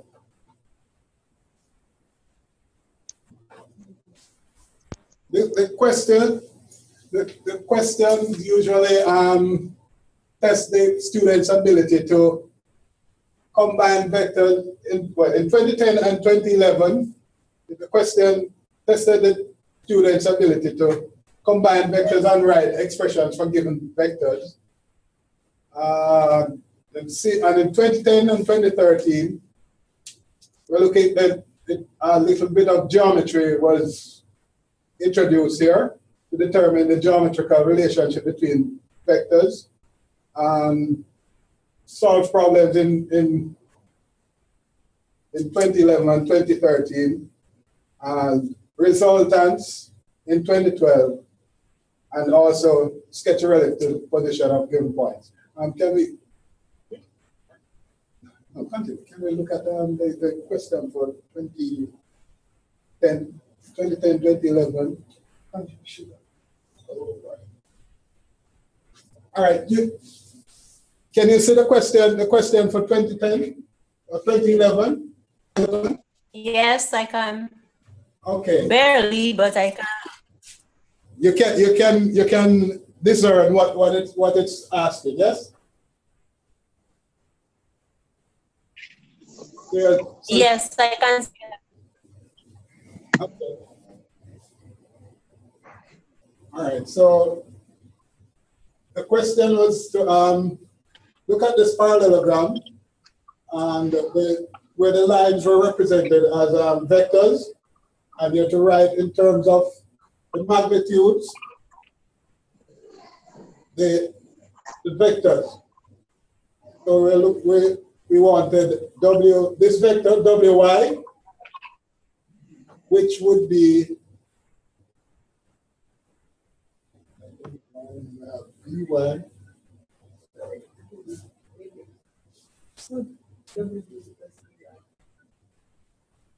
Can you see? I can hardly see. I can hardly see. That's W. We need WY, and this, what's this one? W and Y. It reads clockwise WXY. WXY. And B, and we want the vector WY. And this vector goes this way, and we need the vector WY. But a common, well, we're not getting there yet. To obtain the vector WY, given VW and VY, right, Ingrid? VW and VY? Yeah. Okay. We can't just add or write the resultant of these two vectors, because we want to go from W to Y. So to go from W to Y, we have to start at end of W. End of W, so we'll be going in the opposite direction to which the arrow is pointing, and go to Y, go to V, and then to Y. So that would be minus, opposite the direction, that would be minus the direction that VW is in. So that would be minus V, that's the direction, plus, because we're going this way, which is the same direction as VW, or VY, so that would be minus B plus A, or A minus B.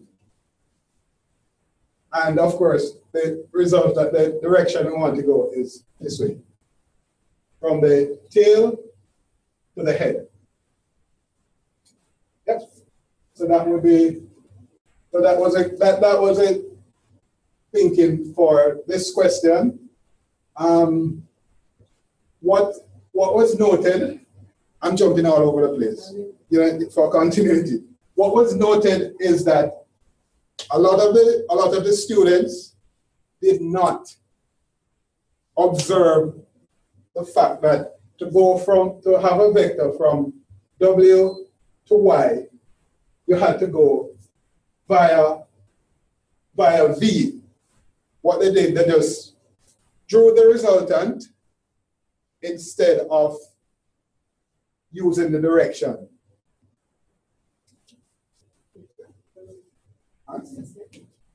Next. What was the next question? Go back up to the first. Go back up. Back up to where? Right. All right, so that was 2010, 2011. Let's go back to 2012, one of the geometrical question. Right.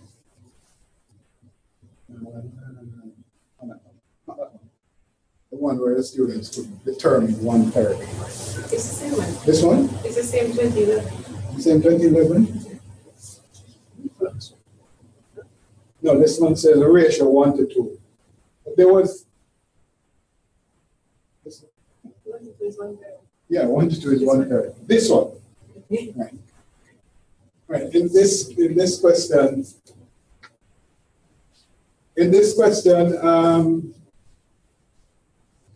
the diagram presented was drawn to scale and a triangle, and the students are asked to express in terms of A and B the given vectors AB and PQ. They are also given OA, vector OA is 2A, and OB is 2B. So we needed to find vector AB. Looking at it, I think what happened is that the resultant, B to A, was chosen as, by most students, again, as the vector.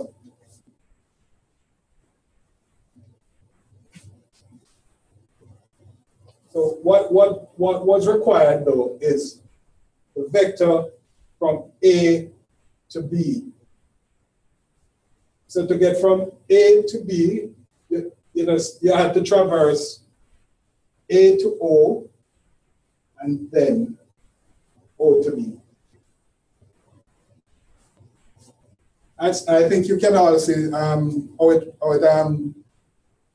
AB is equal A to O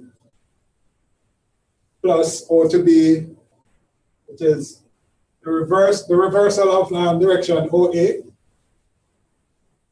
plus, I think we're missing something, plus OB. And that gives you 2B minus 2A. I mean, once you have worked that out, the algebra, it falls through, because then you can do your substitution for A and B from what has been given. But the critical point here, what the students, a lot of them seem not to have picked up, or not, well, they weren't aware, is that the direction is critical in vectors. And that the resultant is not necessarily the addition of the vectors. The vector addition is not always the resultant of two vectors.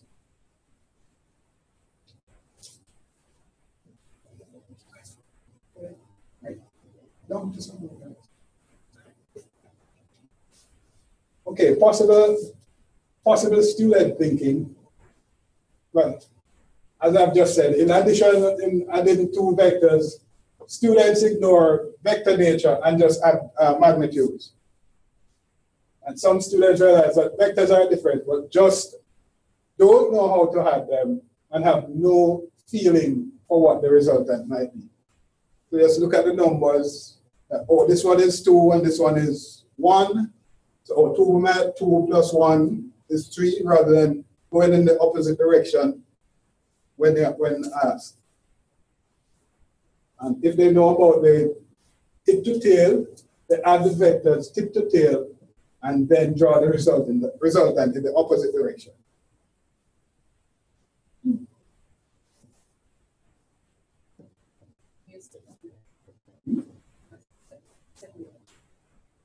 Second slide. Right. And students are not familiar with parallelogram construction. That was from 2014? 2014 question, which is on the slide. I don't think we need to go back to that. Yeah, that's it for me. Ingrid will present the more advanced part. That's key. Thank you. Okay, guys, how are you again? I'm presenting on the CAPE vectors in the CAPE syllabus. It's in Unit 1, the second module, so it's typically either question 3 or question 4. Now, what we find generally, before I go into the rest of stuff here, is that if the students were not good at vectors from CSEC, then chances are the same errors come across into the CAPE syllabus. However, because the CAPE syllabus is a bit different, the the objectives tested for CAPE are a little different than those for CSEC. You find that we might not see the same errors directly, but maybe in some hidden way, you might see it coming up in some problem that they're doing. So the objectives really relate to expressing the vector notations other than they would have learned at CSEC. So they're now moving to not just the matrix form, but they're looking at the Cartesian form, where they have to look at the unit vectors I, J, and K. And they also deal with more so than at CSEC with the quality of two vectors and unit vectors. And they also have to find the angle between two vectors and the equation of a line and a plane in vector form. So those are the basic things that they have to do there. The other problem with CAPE, what I noticed for the 5 years, is that they don't really test the same thing every year. So you may find 2 years in which a particular objective is tested, and the other years you don't see it again. But the one that came up most was objective 9, dealing with the plane and parallel perpendicular lines. Okay, the areas of difficulty identified: problem adding directed numbers, or simply forgetting the negative sign. Now, that may be in part due to their not really understanding what a vector is. So therefore, when the vector goes in the opposite direction, they really don't remember anything about the negatives. Okay, it could be that, as well as it could just be directed numbers. It didn't specify, and we don't know what they did on the question. The other problem was the one that came back to algebra, as usual, simplifying expressions, because Cartesian notation involves a lot of algebra, because vector algebra follows all the rules of algebra. And therefore, if they were having problems with algebra, we found problems with simplifying expressions. They were not able to identify where vectors were parallel or perpendicular. They didn't really give them skewed so much. It was mainly parallel and perpendicular. They had issues, well, it seemed, with the notations for our modulus of a vector and what the meaning of the dot product is and how to find it. And of course, you always have the arithmetic errors, where they can't add and subtract. All right, the other error that came up was in addition, finding the displacement vector, where they were not, as David said with the CSEC, they were trying to just add the two vectors in any order. Okay, they didn't realize that, for example, given the position vectors OA and OB, to find the displacement vector AB, it's actually OB minus OA. So many of them use the notation, the equation we see up there, AB equals OA plus OB, which was incorrect. They had problems dealing with vectors parallel and perpendicular to a plane. And this was possibly due to the fact that they maybe were not able to link the spatial representation with the other notations for vectors.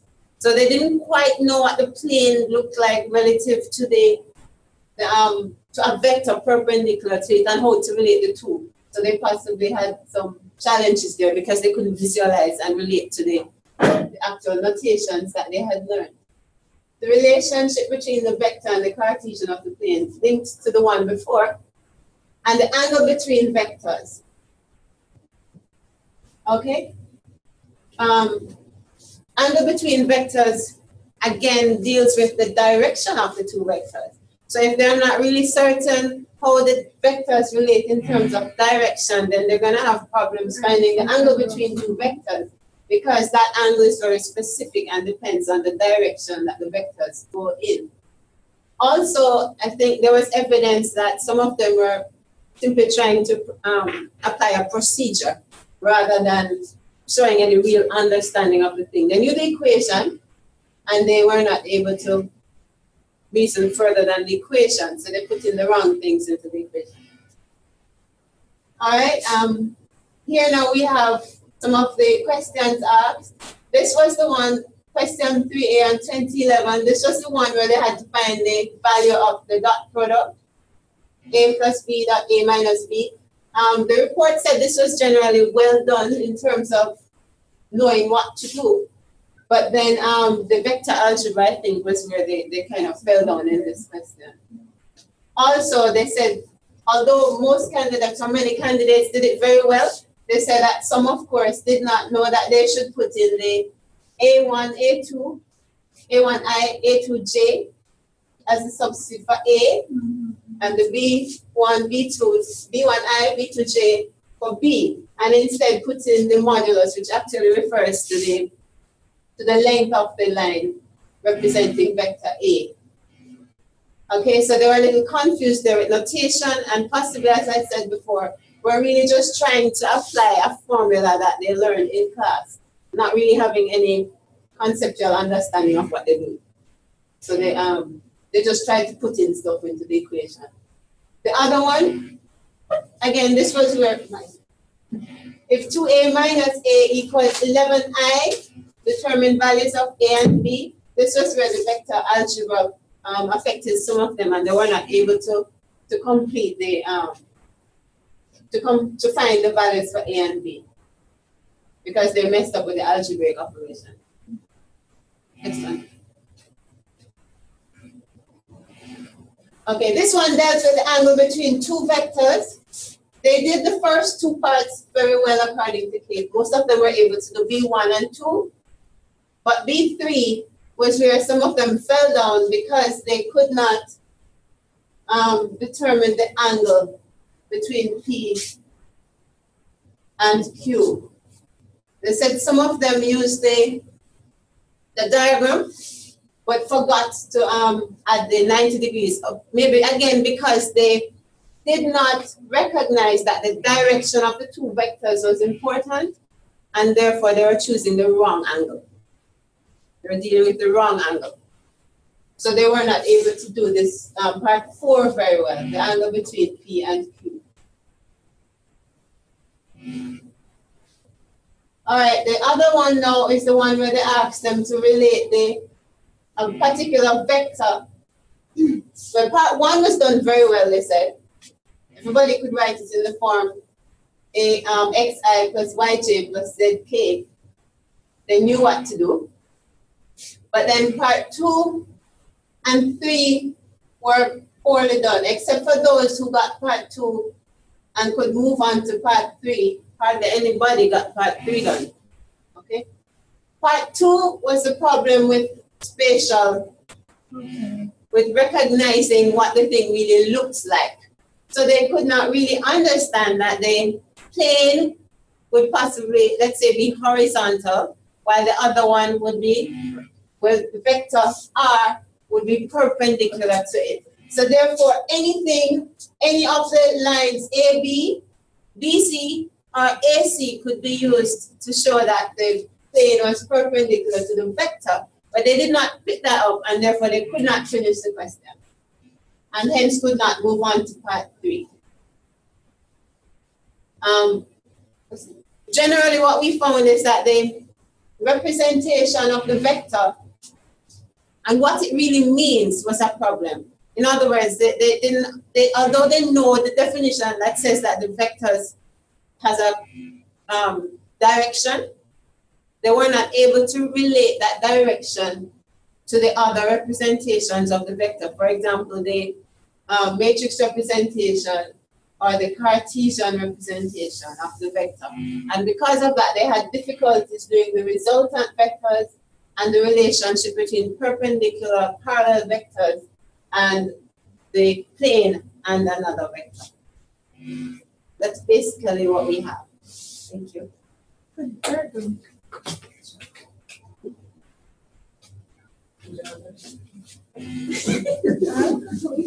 What happened?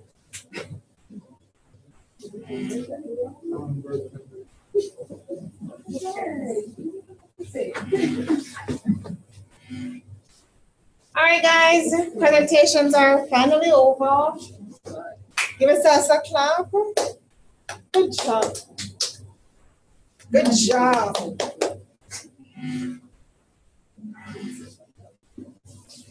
All right.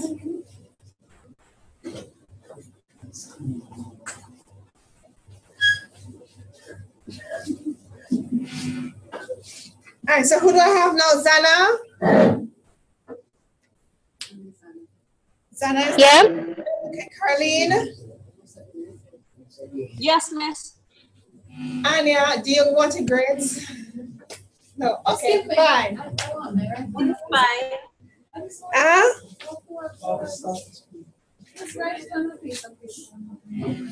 I'm not, is that have to be a consensus? So you all not getting your grades? So nobody wants them grades?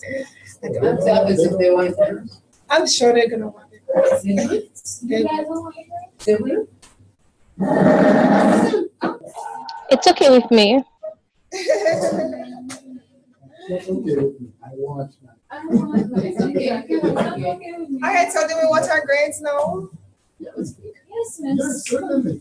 But I don't want to spend a lot of time, or should I give it the next class so where I can explain it to you why I get the grade? Or I can just tell you now and then, because I really want to go back to our Bridge. Yes. Exactly.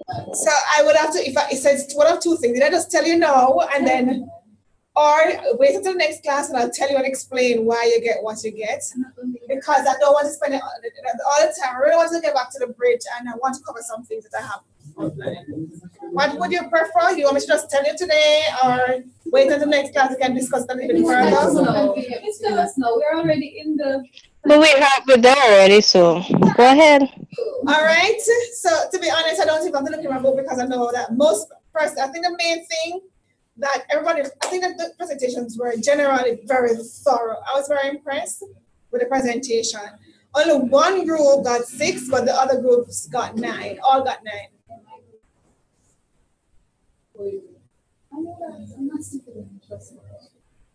So I'll explain. See, so all groups got 9. You were very thorough, to be honest. You did a very good job.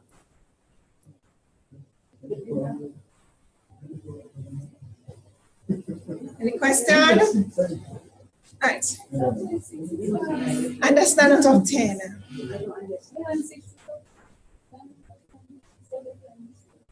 All right. And yes, Dina, it is your group that got 6. You and Ricardo. I know myself enough. I know myself. I know a lot of self-monitoring. Anyways, please take out your bridges, please.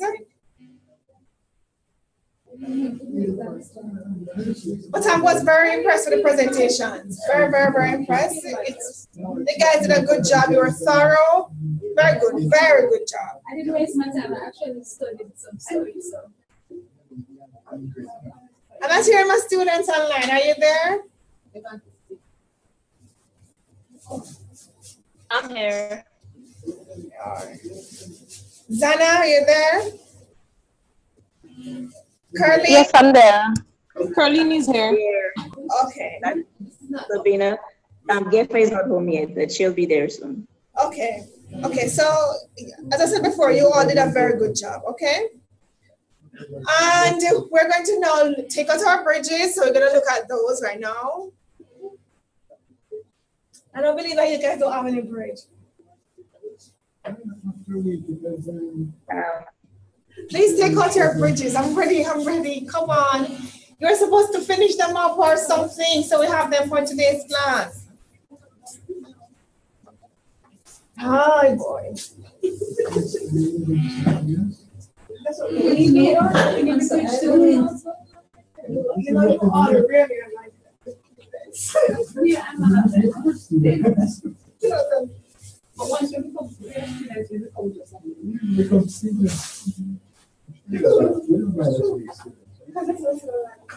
I didn't remember.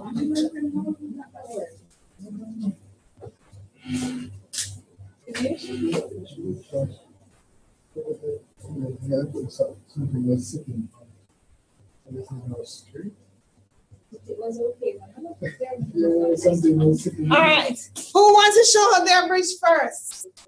And tell us about any challenges that you have. Quickly.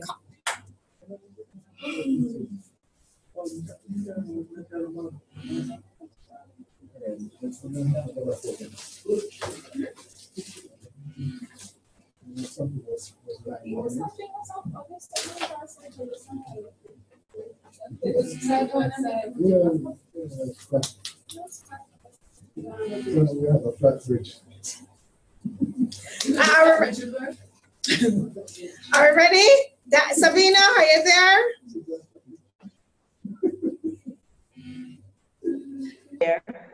Do you want to show me your bridge? As I said the last time, my bridge is very simple. Oh, but we still want to see it. Okay. I built something simple like a wooden plank. It would go over. It has all right. These parts. My center, and then you can put it over, let's say over the river, and you can walk across. Yeah, good job. Very good. You went to Jamaica already, right? You made flat bridge. Good job. All right, who else?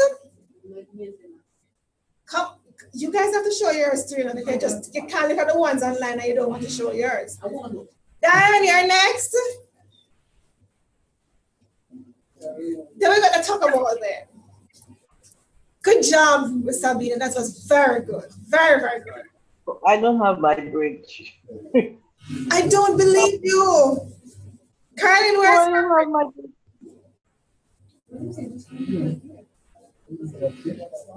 Carlin, where's your bridge? Mine look almost like a bench. It has railings, so you wouldn't fall over the river. You wouldn't fall over the river. It has side railings. Very good. Did you see Carly's bridge? Did you look at the bridge? Guys? Right there is nothing. Oh. Middle where? A bridge? Oh, let me close this.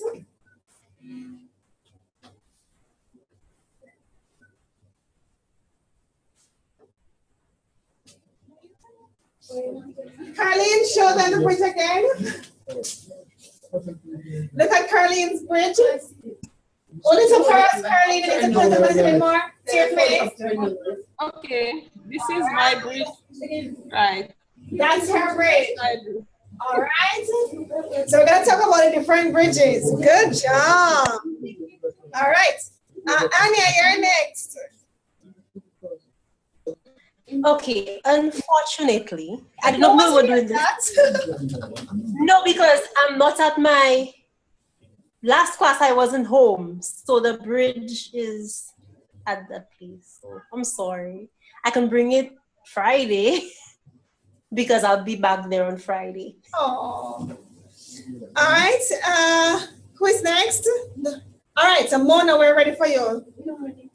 I don't believe you guys.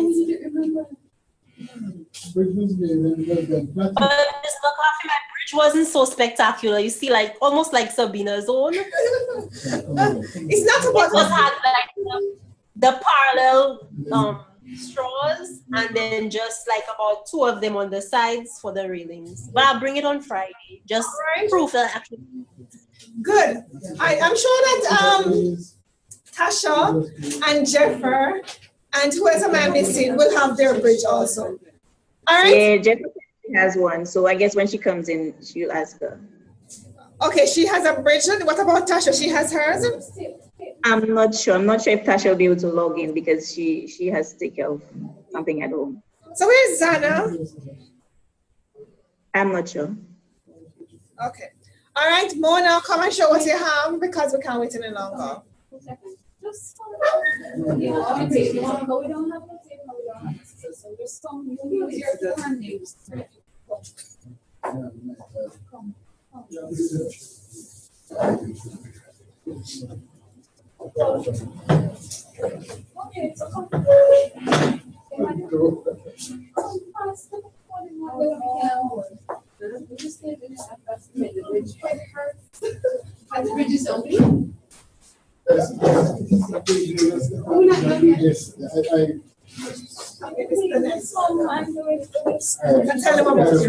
is what it was. All right, guys, we made our bridges, but I don't know, somebody, kind of just drove a very heavy vehicle on it. You know what I mean? Instead of the overhead bridge, we have a flat. So we made a little bridge here where, you know, you're moving from the boys' side of the school to the girls' side of the school, but the boys, they're located on the right side. Just a little higher. I can't see it. Right, the girls are located on the left side, right? So guess what now? They have a little staircase here going up. Come closer. Have a little staircase, you see? That little staircase, you see that little staircase going up? Are you seeing it? Curly? Yes, we are. The staircase? Yes, we're seeing it. Same here, but I don't know. We left it at school and something drove over it. Now, this one, this at the top, that's where the staircase, that's where they would stop and walk over, and the road is underneath for cars to drive by. But they're students, so they're moving from one side to the other side. So they walk up the staircase and they walk across the bridge and then down the staircase, and they're on the other side of the road, which is the other side of the school. See what I mean? Yes, and overpass. Very good. Huh? Yes, safety. It's for safety. You don't want any cars hitting the teenagers. You know what I mean? Right. Thank you. All right, good job. All right, next square. Come on, next square. Come.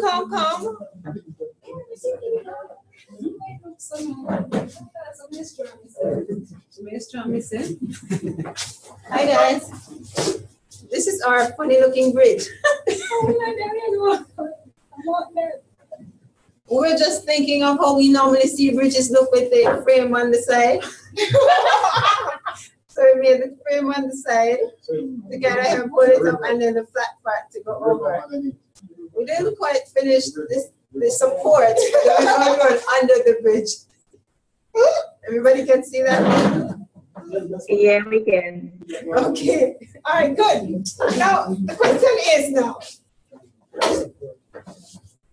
of all the bridges that we've seen, which do you think is the strongest? But you have to give me a rationale.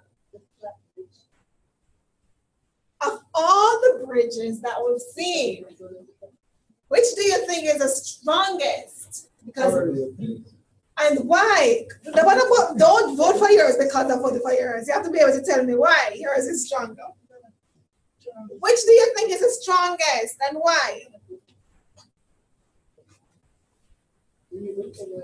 Think about it. A stronger base. I mean, anything with more of the.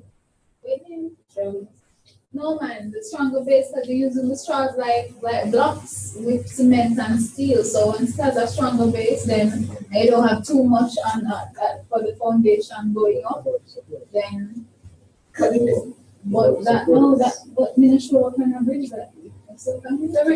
What do you think? Which bridge do you think is the strongest and why? All right, guys. Do you know about STEM? The STEM idea? Science, technology, engineering, and math. That's a new thing. I've heard about it. It's online. Yes, Ms. McArthy, but now it's called STEAM actually. They added arts. No, they've upgraded to STEAM. But the focus on getting, they've upgraded it. Just to include the arts. But because really, the idea of STEM came about from, where the job market is. These are, the areas, science, math, technology. Some other person got very jealous and think that, oh, you're leaving out the arts. So. Yeah, I had the same feeling too when they came and told us that, but yeah. Are you? But I don't see, like, the reality is just the reality. These are the areas that we have jobs available. Science, math, technology. These are the areas that we need to focus on. Yes. So there's I don't think there was anything to be jealous about. But anyhow, people are the people. We'll all the people, All right, Jeffrey, you're here. Show us your bridge.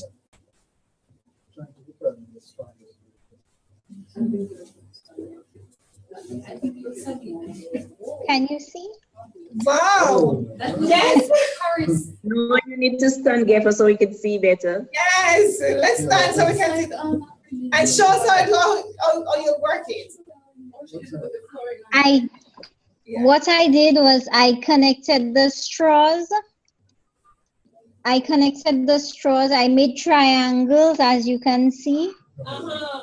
I have trapeziums at the end, and I have a few rectangles on the and at the top as well. Oh, good job. That one holds up more. Very good. I know. So we're going to do, so the question now is, can I quickly show Jeff for the others so we can decide of all the bridges, which is the strongest, but we have to be able to give a rationale. Come quickly, we don't have all day. Quickly show Jeff for the bridges so she can be a part of the conversation.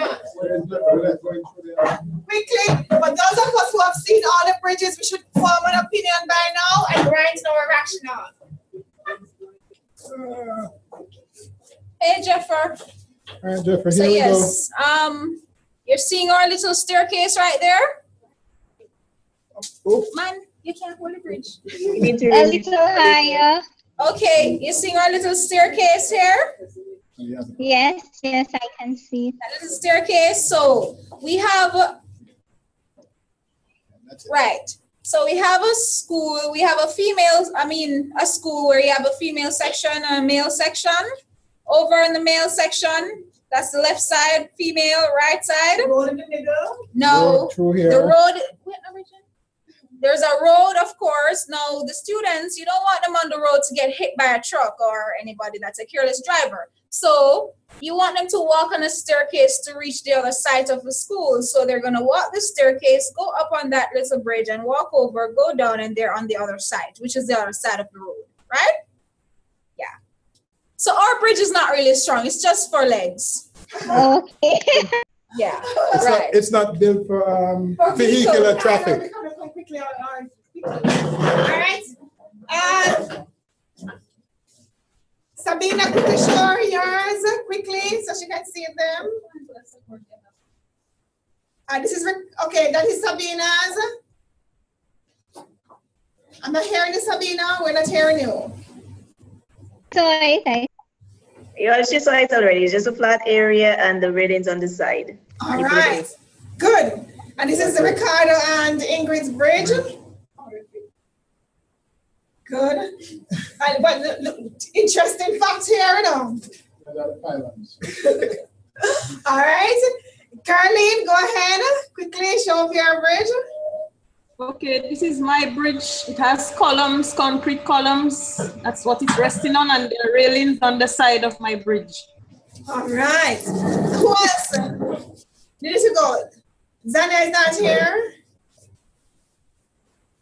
All right, so those are all the bridges. Which one is the strongest and why? So we're doing the STEM lessons. That's the interesting STEM lesson. Jeffer's own. Jeffer's own. I would go from my bridge. I'm kidding. Jeffer's own look at New London. Jeffer's own look at London Bridge. The New London, not the one that fell down there. The one New London Bridge. With all the additional supports. And what do you call additional support? The additional triangular supports. So why is it like, I don't understand, why is it this additional triangular support? What does that mean? The original London Bridge, all of those supports. That's why it fell down. So, you know, this bridge, this new bridge, it can withstand heavier but why? First of all, why can it withstand more things? Triangular support. It prevents the shifting. One person at a time. Yes. Go Ingrid. You have your chance at it. I would say if the beak was going across it, because it's going back this way, and I think the triangular support just on the side might help to stabilize it. But why? All right. What I think is that, right, Jeff? Hold up your bridge again. On to bridges, right? You're building a bridge. What are the things you need when you're building a bridge? If you do engineering, you're going to need cement. You need stability, because if you want a bridge for 20, but for a truck that is the utmost, or as traffic that is utmost 20,000 tons, right? Now, surface area, you want it to be strong and sturdy. You need to have foundation that is strong. You can't have a foundation with just, oh boy, just 3 bags of cement and 4 rows of blocks. So you basically need more and more and more. You need a lot more cement, you need a lot more blocks. So we're going to talk about triangle. We can use a triangle and say there are blocks, they're just blocks built in triangles, and in between it mixed up with cement. So the more you have is the stronger the foundation of your bridge, so it can hold at the utmost 20,000 tons of traffic. All right, that's Dana's theory. Any other theory? Any other theory? Come on, guys, you can do this. Anya here. Yes, go Anya. Anya here. But as if when it comes to the purpose of the bridge, because we have to think of the purpose of the bridge. Yeah? I remember one of the instructions was like if you had 2 books, for example, to get something between the 2 books in our design, right? So if I look at probably Sabina's structure, the way that she puts the straws close together, it decreases the pressure and therefore can have a balancing effect. Like the normal reaction on 4 straws in one area would be greater than the spaces that Geffer has between her straws. So Sabina's one will be able to hold a greater load than Geffer's own in terms of the surface that is used for you to pass the object. But is that Sabina and strong though? Say again? That's the focus. Say again? Is that it? All right, the question is, sitting on the top of the bridge, right? But is that the focus to determine the strength of the bridge? Like I said, I started by the purpose of the bridge. Yes, because when we built the bridge, you said was between 2 stacks of books to get something from one stack to the other, right? I know what you're saying. Anya, I know what right. So they put the bridge to fit that situation. But then if it's a matter of you want to build a bridge on a road and you have to model the straws for that, that's something totally different. All right, so I know what I say. I know that my bridge was to probably stack up some books and to make a bridge to go over. Yes. So that was initially. Yes. But my question now, just look without focusing on the purpose of the bridge, just look at all the different bridges. Which do you think now is the strongest? Forget about the purpose. I don't know we built with a purpose, but we're trying to extend that. We're trying to extend, you know, we're trying to pull you a little bit further, you know, and pull your mind a little bit further. Yes, you built your bridge for a purpose. All right, yes, also the purpose. Yes. Just looking at the bridges in general, which one would you say strongest? Do you understand? And why? And why? I would say that I would still say Sabina's one is the strongest because she has a better base. Like she has a stronger base for the bridge. As in like, okay, because she has the material condensed in a space. I don't know if you get what I'm saying. But in terms of resisting the gravity that whatever material is passing on top of it, since she has the straws so tightly packed together, I think that no, I'm talking about where it passing. Okay, I see. Yes. Because her bridge had no top. Because her bridge had no top when you really look at it. All right, good. And I would say that sort of structure it will only work for short distances. It has to be a short distance. Yes, I agree. Yes, short distance is like, you know, like just like, for example, if you have a tiny river or like a gutter underneath a road or something. I agree, it's true. But it's for a long distance, something else. All right. Any other theory? Any other theory? Come on, this is our STEM lesson. That's gonna lead into our trigonometry and our thing. Anything else? Extending the distance, but we still use that one. All right. Anybody else? Jeffrey, any arguments to support your bridge? Jeffrey, you don't like your bridge. What do you think of your bridge? I like my bridge. Carleen, any argument to support your bridge? Come on. Well, then I like my bridge. I was just thinking, when I was building it, I was actually thinking of the Brooklyn Bridge. the way that they have it built, and with the suspenders holding it at the top and so on. And I realized that the reason why, I was watching some documentary on bridges, and they were saying that the different things, sometimes some of these bridges, what we don't realize is the parts actually sway slightly. That is for times like when we have earthquakes or when heavy equipment is moving, because if it's too static, sometimes it can cause a lot of cracking. What we have to realize is a lot of these bridges are built with different pieces of metal that actually sometimes rub against each other. They don't actually stick together so much. Some parts do stick, but some don't. And there's a reason, just like modern architecture, where they tell you you're supposed to build a house that is able to sway slightly, because if it's too static in terms of position, if there's saying the right thing, but you're missing something. What is missing? I'm not an engineer. All right, so you're saying we can't make it too static, so it because of my shape. But look here, if you have a rectangle, those can easily shift. But if you put a triangle across that, do you think it can shift? No. Not so much. It will only move a certain distance. You would have to break or bend or something. And if I use good quality material, then that won't happen, or the best quality. But usually, if it's too tough, it's going to shift. That's the reason why they use a lot of triangles. And when you get to that, that's the reason why they use triangles, a lot of triangles, because triangles tend to make surface are not more strong. And think about it. They block things up in triangles and then throw the cement in the middle and do the steel. And they give you a stirred up, yes. That's what I was saying with the bridges, you're going to block it up in triangles and then do the cement stuff. So you need that balance. That's the thing, give it that perfect balance. So that's the reason why we have a lot of persons when they're building bridge and stuff, they use a lot of triangles because they give you a very sturdy foundation. All right? Make the thing more stronger. All right, those agree with me? I agree. Yes. Okay, now, bridge. Okay. Yes, I would definitely agree that the bridges that have more triangles, those are the ones that are stronger.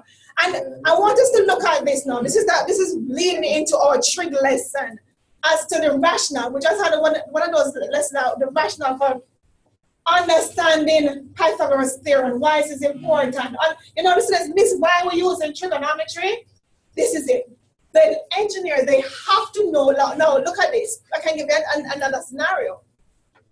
Now let's pull this from, let's not even get to the engineering. Sometimes, depending on where you live, you might want to gutter in a yard, you might need to build something. You might need to put up a chair or something. But if you understand that if I put up just a little triangle, have you ever seen people build a chair and put up a little triangle up thing in there? Why do you think they put it there? To make it a little bit more sturdy. So even in your, especially for the males who like to build things, once you start to understand this concept now, it makes things a little bit different. Our females, all right, females in grade.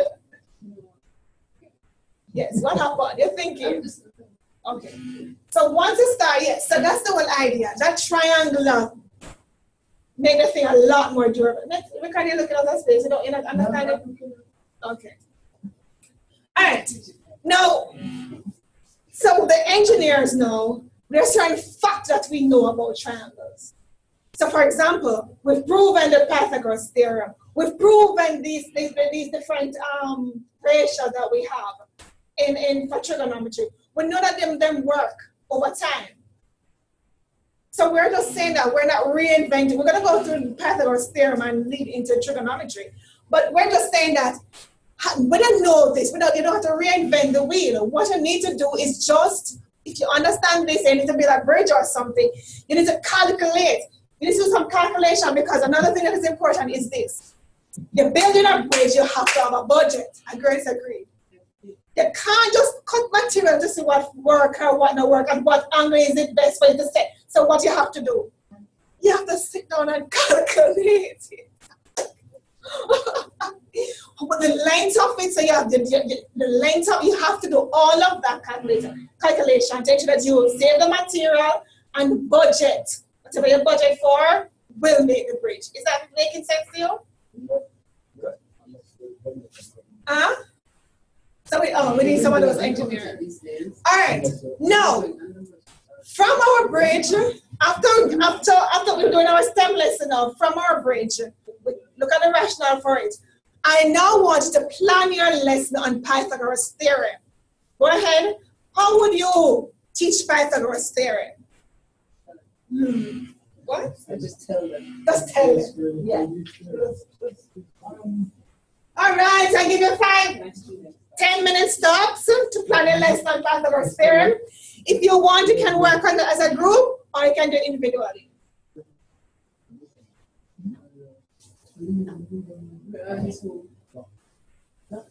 Because look here, why is Pythagoras theorem? If you have the rectangular part, then you've got a line that's going to go across, you know, across it. So you have to calculate the calculation.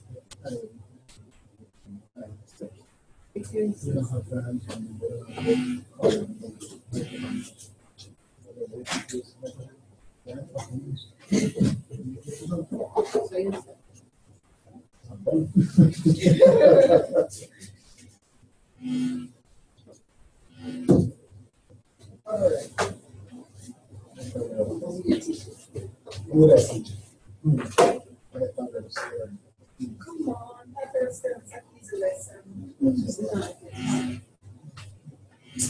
Ingrid, just scream it with me too.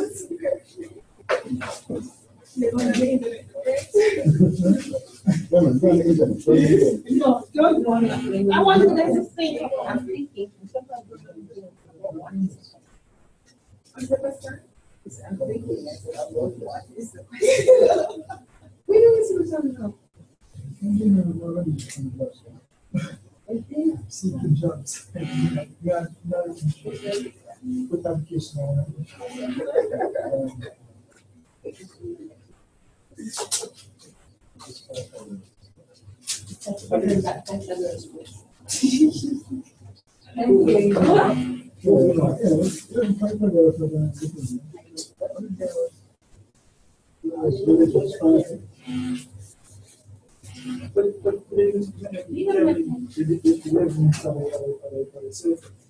That's what you did it for? And even look here, if you want to build a surfaces, let's say, you know, say, like, let's say build the foundation, because that's why it's so important to understand, especially the ones who want to become engineers and actually, yes, or the ones who want to be able to build things. Yes. Yeah, I know that. But if you have, if you want to, if you remember that, if I used to put a, let's say, you all know open, right? And iris.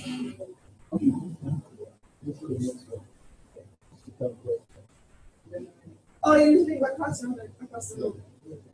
But it's, okay. But you kind of don't use the parameter.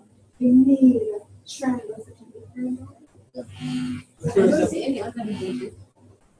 EDMC. That make them do But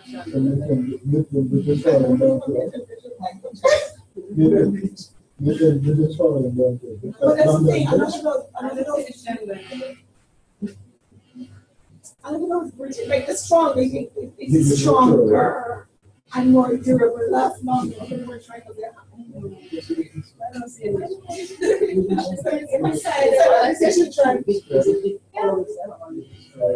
You can guess what color should be every side because it's so short, it's not very yeah. Every side of the guess what? Some colleges for this actually a lot of people when they're reading yes. Yes. Other side of the that's a thing.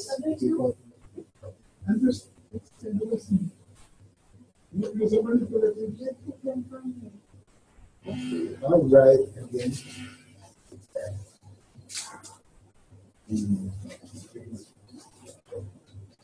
You don't know how to put it there?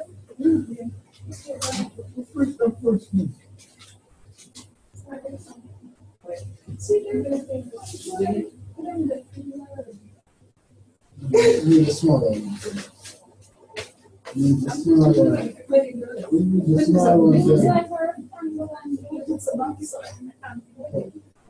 This. What do you mean? What do you mean by anthem?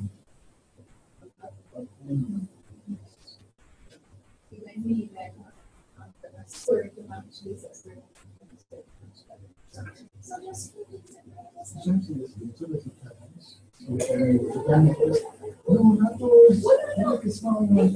Make a small one. The who said you must exactly. That's what I'm saying. Newspaper. Yeah, that's what I'm saying here. If we use these, use the blocks, individual blocks.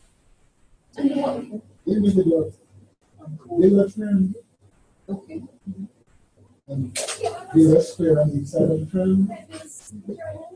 But that's works. That's the term. You mean this? You mean this? Really like this? Okay. Let's use a 3/4. So you have to get I haven't done the bridge. I didn't culturalize it. Why it is important. Important. How do you know? I know that you teach and I know. So they understand why these trying to learn how to do the bridge. So they need to know, figure out how to calculate angles and size and what this. So you transition into the fact words. There's the way words that how will you teach them? Let's say I got to do that. It's fine. You can all want it. Okay, you can do that. You can do that.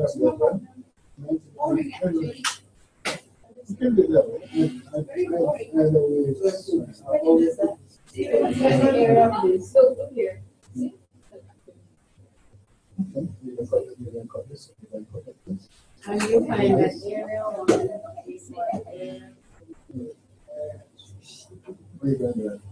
and it doesn't work for, it's hard to see.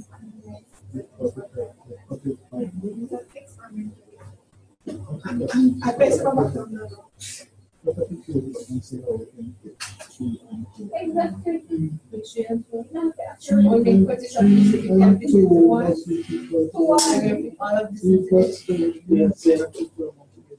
yeah, well, you have to put them up. That is the first question. All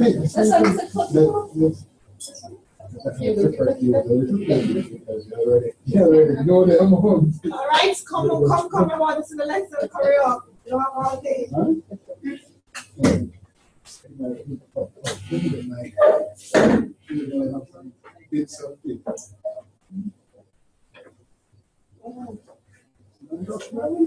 Yes, you can make sure it's a square.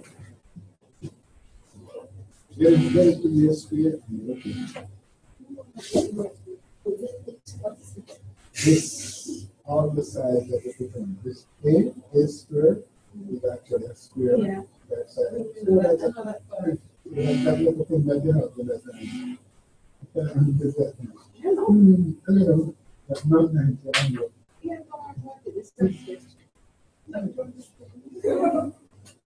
So you need to draw this too. No, one of the students.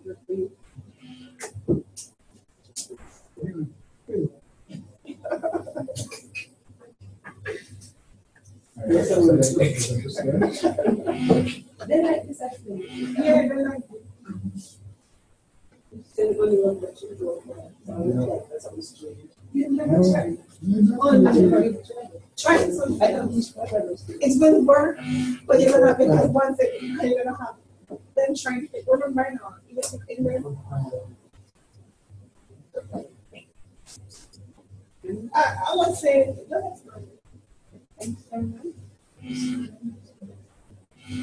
like to do this thing, first of all, like evenly. Yeah, I know that's the problem. Yeah. You may have rounding out. That's the thing I'm trying to explain to you. Okay, that's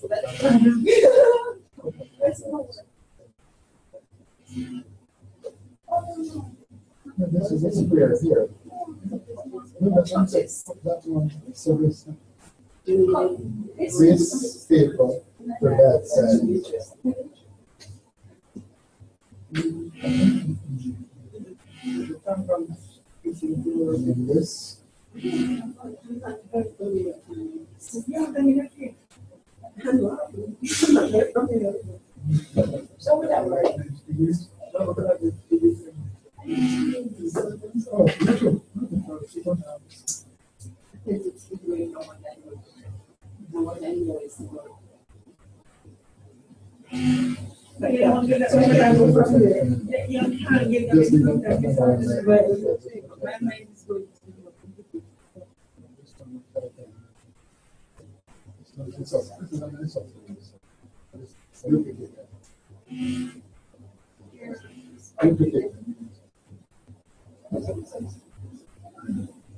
Yes, I know it doesn't exactly.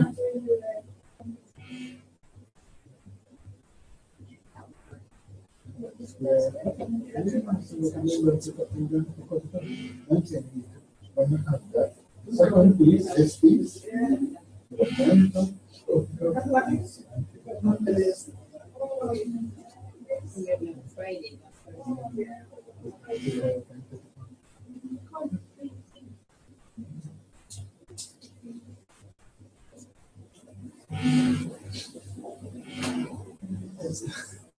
I'm not thinking about it.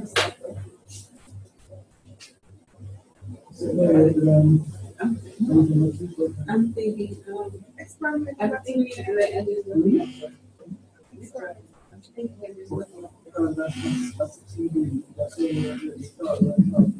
yeah, so we can experiment. I'm giving a few because it was. I don't know what issue is. Yes, sir. The movie's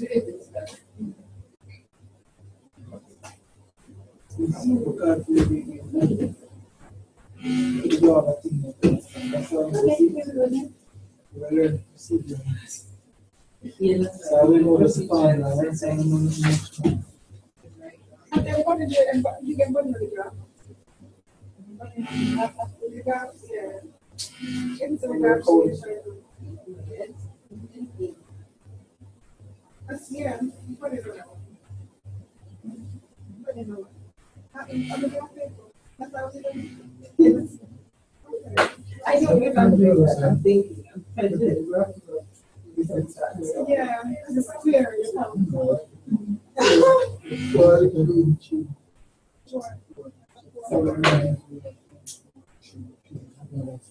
You know, I can't make a square.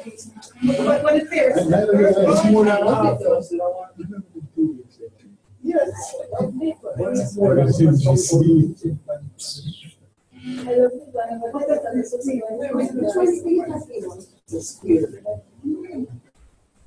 Listen, it's a clear up on it. 2 shots that. Put 2 shots and I said, seriously? You just want to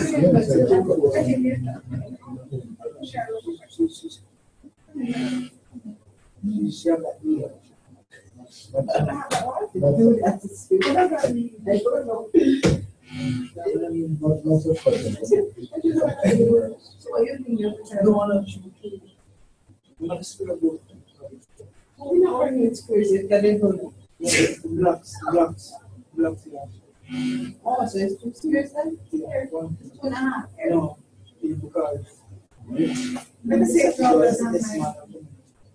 That's what the square is on 16 squares. 42, let's see what happens. 42 equal parts.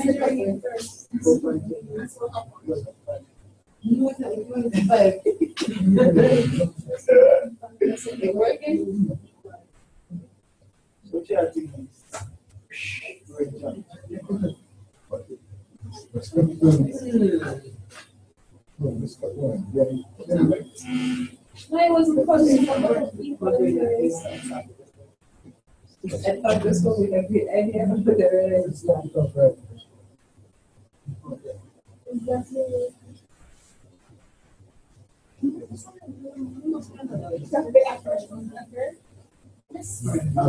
Sorry. That's what I'm saying. What's that? Huh? If you can use it, never do that one. Are we still working? I'm not hearing anyone. I'm done. I'm done. Everybody's finished?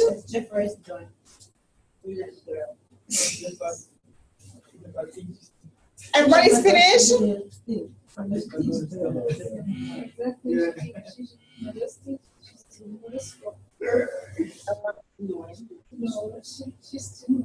Sabina? Caroline? I'm still working. Still working. All right.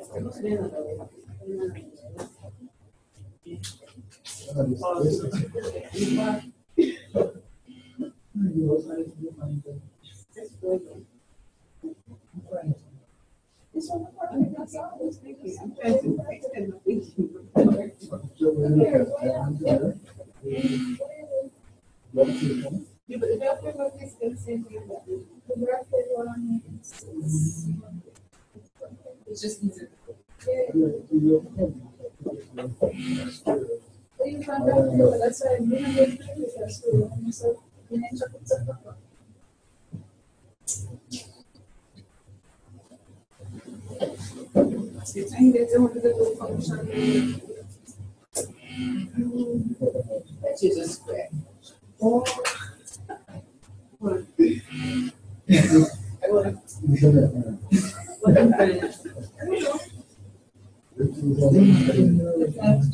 That's what the video was saying. You can use them because they have small, you can take time to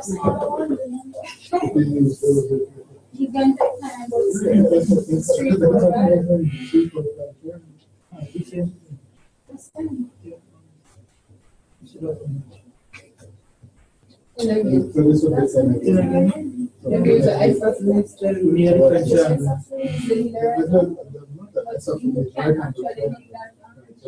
Where's the answer?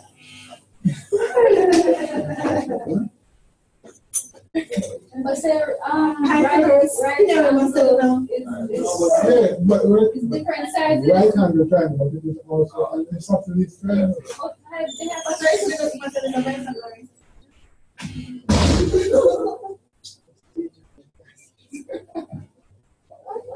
I never heard you say it. I think I heard you say You misheard me. I heard you say, don't believe the lie. Yes. All right, let's see. This is what I'm saying. How many do you need? We measure it. That's what I'm saying. Let him just get the square one. So, You have three of the pens. 3 of the 10s right here. So, what you do? I don't know. Actually, for 5 triangles now. There's a standard for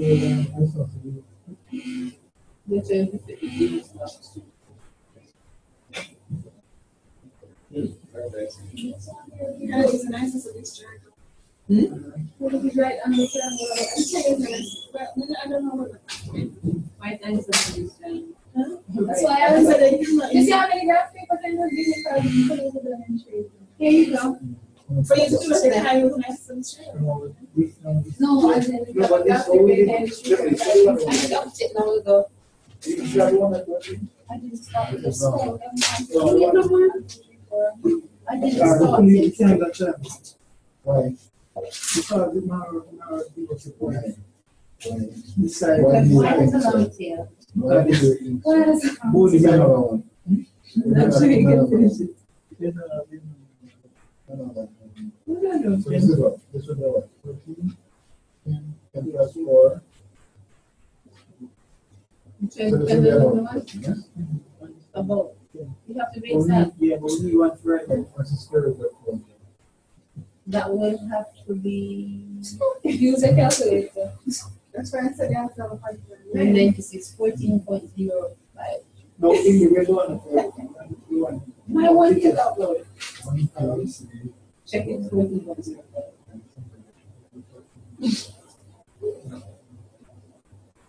this way? I'm telling you that because then the square root of you won't get the exact thing, and that's why. And that's why I'm stuck. This was all right. This will be a square root of 200. This side you can square. So we have exactly 200. I don't. We don't need to pay. We have done a physical check. You don't want to do that. Not listening to me. We don't want this to do that. That was just Then we go to the cheap triangle. That's all right. That bridge is going in.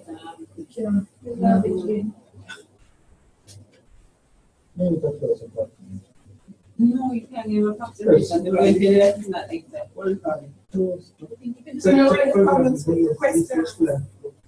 we have to use categories. We have to use categories to demonstrate. I know, they will round up to the nearest.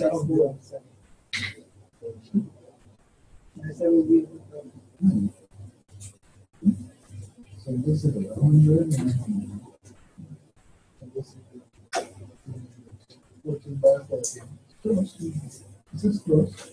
You don't want it close, not close on the base. It's not close on 7th grade. One bright spot once it is not exact. You know? I'm just. This is 10. 10 plus 4 point. 10 plus 4 point. Nobody's fine. You see? Yeah, but the little bit makes it not exact. So therefore, Pythagoras theorem will be false. What are you asking? What are you asking? Pythagoras theorem. I have Pythagoras theorem does not say it's approximate. 200. This plus this is 200 and this is 100 and this is 196. I can get that 196.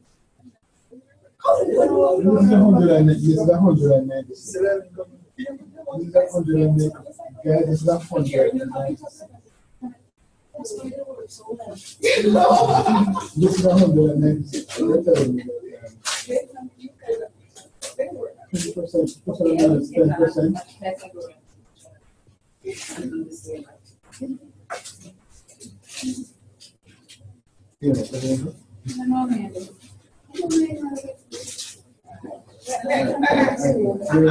Just wait. I was doing myself.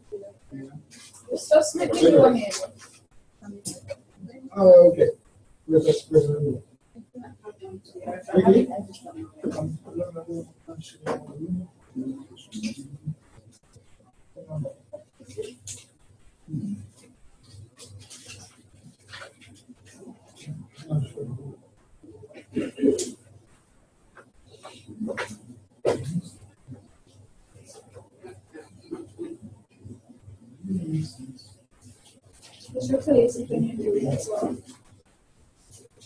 So you're stealing my goods.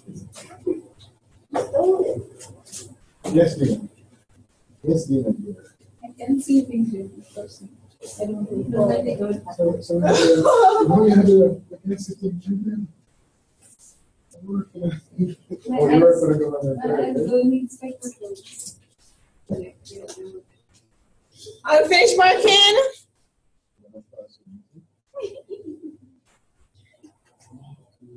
I'll finish marking. Anya, Sabina, Diane, Caroline, Zana. Yeah, we can go ahead.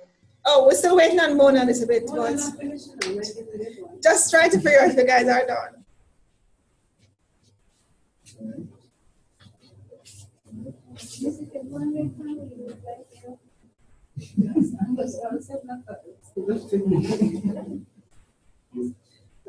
That's right.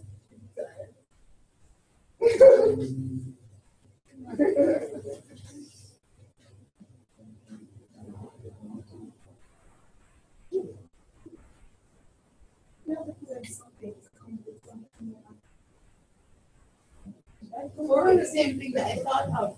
Before I need to come up with something. Same to everybody. I want to be careful with the truth.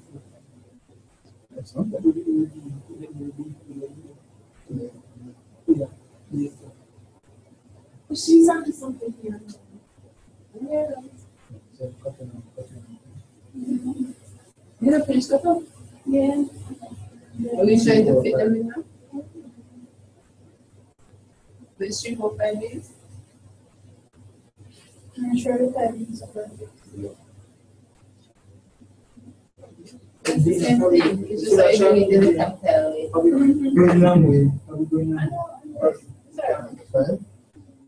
500. Because it's just an extension of it. I know. But I'm going to shock it. I'll just present what we do.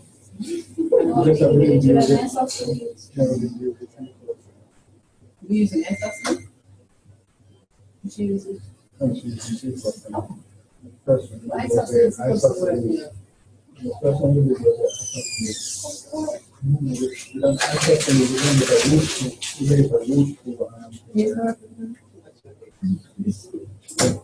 I associate a root 2 times the side of the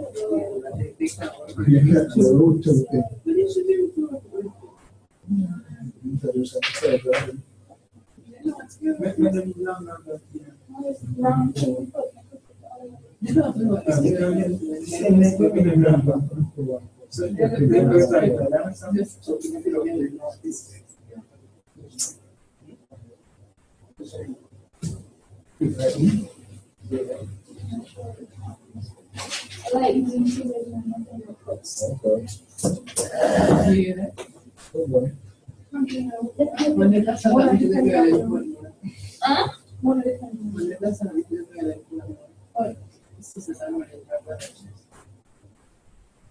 Good job, Tina. Good. Are we finished? Still working? All right, we're ready now. I'm gonna come up with something now. So, all right, come Ingrid. You're right. You're right. What am I doing? What did you do? Complement. No, you just tell me and I write it down. This represents me. No, she has to tell me what to do. And I will write it. I don't mean baby.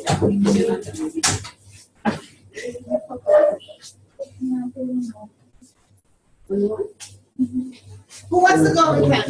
Who wants to go first? Dina. Dina is ready.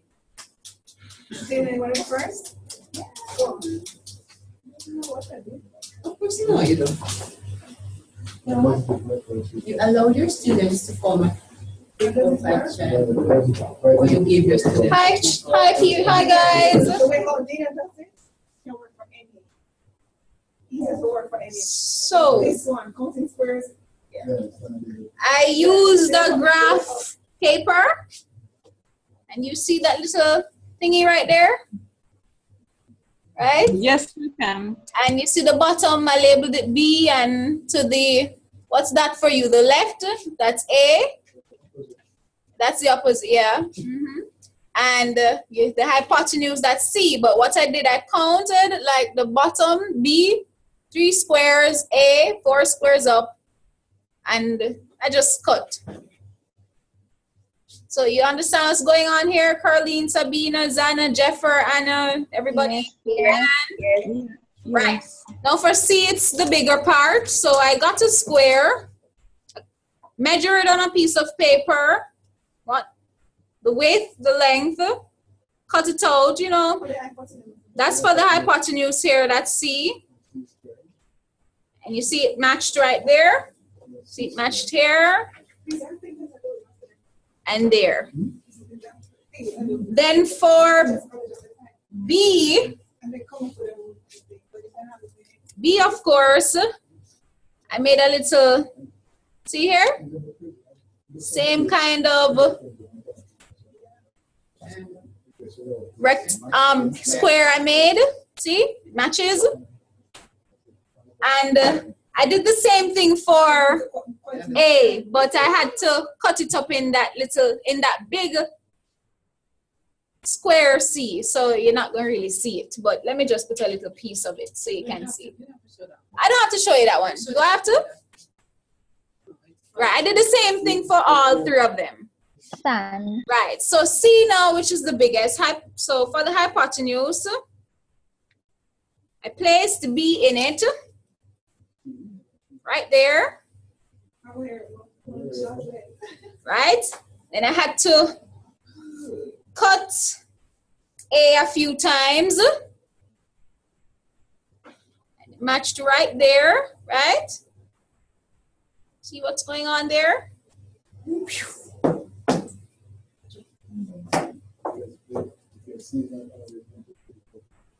See? And then right here, I had to, oh boy. Let me just fit it in and show you guys. Let me use my fingers properly. See? And right here, had a little one right there. But you see a little a blank space right there, right? You know that song, right? Blank space. Right, Jeffa? Yes. Okay, good. And then a little leftover, that little jagged edge right here that I cut off from A2, I placed it right there, right? So it all matched into, so all those two squares, A and B, after I did those little manipulations and all those jaggy stuff, I just placed them in to the square of C. So you understand? Well done, Dana. Okay. So yeah, that's what I did. It's a lot of paper stuff. Okay, good. Miss McArthy, Yes. Since the paper was giving Dana trouble, why don't we use these blocks? Because that's what I did. Show us what you did. Yeah, I used the this. Great job, Jennifer. Can you see my drawings? Yeah, okay, yes. I drew it on the paper. I was thinking you give a triangle and you have them. Ingrid, maybe you can draw for me. Form a square with C.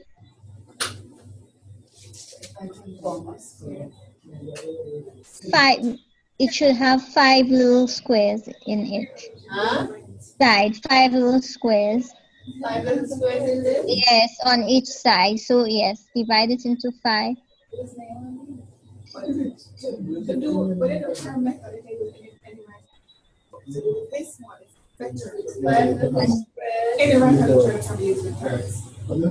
The Singapore person is trying to do that. Yes, but form a square. Yes, with the whole thing.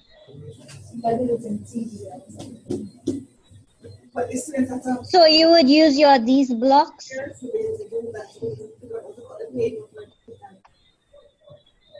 You would form a square on each side.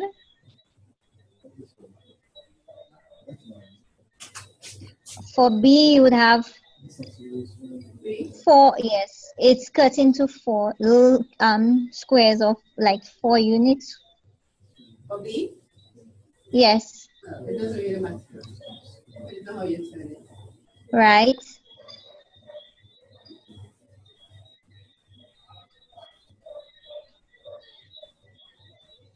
And for A, it would be yeah, it will be cut into 3. Right, because your A is the shortest one. Yeah. My A is the longest. Yes, yours is. Yeah, when you teach it matters, but so it's fine.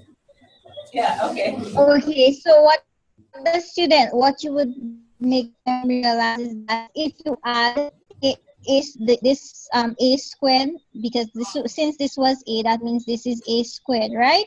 If you add this square on the side, the one we formed with the A, as well as the one formed with the B, if you add them, you would get the C one in the corner at the top, which is the longest one. So what I would do is have them take the big C square, put it on one side, and then try to take the A and the B and form the same square as the C here. Oh, so like you have these right here, and this is 9, right? The area is Yeah. 9, this is 16. So I would tell them if you add this square and this one at the bottom, it would give you the one at the top on the side. Right. So either you could square it. You could do actually a lot of things with that. You add them up, you square it. Yeah. So the square of A and the square of B would be equal to the square of C. Okay. All right. Good. Anybody else? Sabina, what did you do? Well, it's like everybody is getting the same idea. So mine is similar. I actually had both of what Dina had and Gepa had. Can you see mine? No? That's yours. Oh. Wow, you actually use your Dean's blog. Good job. Yes, I use the Dean's blog. And are you hearing? Yes, sir, I'm hearing you. Okay, I would actually give it to the students, give them the base 10 blocks and allow them to cut it to fit in the triangle and ask them to find the area of the free triangle and tell me what the relationship is. Actually, well, the idea would be that they'll be working in groups and they would have different size triangles. And the relationship would be... But would that work with different size triangles though? Yes, it would work well. I mean, not with all, but right angle triangles. Yes. You think that using the square would work perfectly for all right angle triangles? No, not all right angle triangles, but it would be. I would have determined. I would have decided on which ones because there are. I think they call Pythagoras triples or something like that. Yes. I would use these ones instead so that they can build that concept. And the second idea, you could use the same blocks the same way. You have the bigger one, the square on the hypotenuse, because that's the concept they want to know, the square on the hypotenuse, and ask them to cut the two other sides and try to fit it in. Either one first and then cut the rest to fit into the space, and they'd realize that every piece of this one would be used to fit in the space. Yes, and this can be an exception. Good job. Anybody else? Carlene, what did you do? Mine is the same as Geffer's own. So I would first let them know that in Pythagoras theorem, the square, you can find the side of a right angle triangle, a missing side if you know the other two. Because the square of the hypotenuse is equal to the square of the other two sides. So what I did was like Geffer's own, I use say for example, I give my triangle sides like 5. The hypotenuse is 5, and the others, right? Side A, right? So hypotenuse is 5, side A is 4, and side C is 3. So I would square that right. Make little blocks like Geffer's own. So 3 square would be 9. So you make a square with 9 little boxes. And the other side would be 4 square would be 16 little boxes. And that should be equal to the square of the hypotenuse, which is 5 is 25. Okay, good. Zana, what did you... And you let them know that it only works with a right angle triangle. Okay. Also. Okay, good. Miss McArthy? Yes. To clarify what you were saying, like Sabina was saying, I would, for the Pythagoras, the triples, that's what I would use it for, but I would make sure because it won't work for the others where there are some where you won't get a perfect square for some triangles if you use these blocks and so on. So you will have to just use it as a base for the students, but eventually you would teach them these orders that they cannot use it for. Yeah, because the idea is that you're coming from inductive to deductive, like you're coming from specific to general. So we're doing the opposite. We usually go from general. This is information we know and we just apply to this condition. But now we want to show them that, look here, this is it, and then we make a general conclusion. So we have to use the triples to do that, but the method where you can do any triangle, any right angle triangle, and then you can cut the paper to fit into the triangle that forms the length of the hypotenuse, the square that forms the length of the hypotenuse. if you can use just about any size. You don't have to use a triples to do that. And just cut the paper and figure out how to form it. But with the student, it will take some spatial awareness. You have to be very spatial to determine how to cut the paper for it to fit. But some of our students are more spatial than us, so they'll be able to, especially the boys, they'll be able to do it even better. No disrespect to you, Dana. Dina. It's McArthy. I must not say the boys are more spatial. Is mine more spatial? No, McArthy question. Yes, Anya. Mine was spatial, miss? Yes. No, it's like a special aware because for you to fit I it. used to, like boys. They also have not being like boys. All right, Anya. Yeah, I was just saying, like, I use a method similar, but with the Dean's block, You use the Dean's block? Yes. Tell us about that. No, if I use the Dean's block. Yes, Anya. No, I realized that if I use the Dean's block like Sabina did, you have to cut it up. So then yes, kind I don't want to cut your Dean's block because you're going to need Yes. But I was thinking as an extension of that, can we just like give them non-right angle triangles and see that it's not working instead of giving them triangles that do work? Because I find that is a problem what I am experiencing. Example. With my students, they use Pythagoras theorem for any triangle. Yeah. Any triangle. So if we can put like non-right angle triangles as well for them to see that, hey, it doesn't work with the non-right angle triangles, then probably that would make... That's a good idea, Anya. But you know what you could use? Remember, do you guys remember the Freire model? When we look at the characteristics, right angle, example and non-example. Well, it's a good thing. You can give them a table with the Freire model to fill out, and then they have their, all right, I have my, say the right angle triangle. Yes. Yeah, I know, but I teach boys. Trust me, the Freire model, they will do it fine and dandy for you, but as you said, they will more remember they cut in a paper, and then they will still say all triangles. They would do the cutting out of paper, but they're doing it as an example, and then they have a non-example side. So they definitely do that. I understand what you're saying. And the finishing, or glue it up or something, glue it up after they've done it. Who teaches boys? Yeah. Anya, I know. I used to teach at a technical high school, so I used to have the boy classes. You teach boys? Yes, I teach boys. I used to teach co-ed school before, and now I teach only boys. And trust me, I rather teach boys. 100%. Boy, I know the feeling. I love teaching boys. How many boys have this? No, I have tutoring them. Trust me, I love teaching. Yeah, this is Sabina. I was about to say, I think this is a very... Yes. I actually think that's a very good idea because to give them non-examples, because after they have done, let's say, the practical examples with these, so you give them without telling them why and ask them to find out why is it that it doesn't work for some triangles. So they would have different, Yes, that's so true. That's true. Very good. So now we see why that, because that could be your plenary. You've gone through this lesson on whatever method you've used. You've gone through this lesson. You've seen it. Good. When you go through now, for them to start to reflect, to realize that this thing that we're doing, this Pythagoras theorem, it only applies to right angle triangle. It would be good now to give them that, or have them just calculate, give them that Freire model to do. Pick it up and see what's happening. What do you notice? What do you observe? Is it working for this triangle, or is it, so that's a good idea, Anya and Sabina. Good job.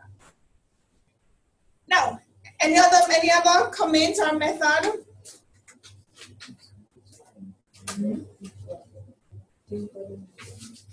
Nothing? Okay, so today we're going to end early. Why? Because of what I have planned, I can't do it in half an hour. That's usually the case. Thank you. Yes. Usually when I say you have to go, when I check the time and what I have planned, it will kind of go into the time. So it will take another hour. Yeah. So. Do you have any homework? No, you don't have any homework. Okay, please. Can I trust you guys to make your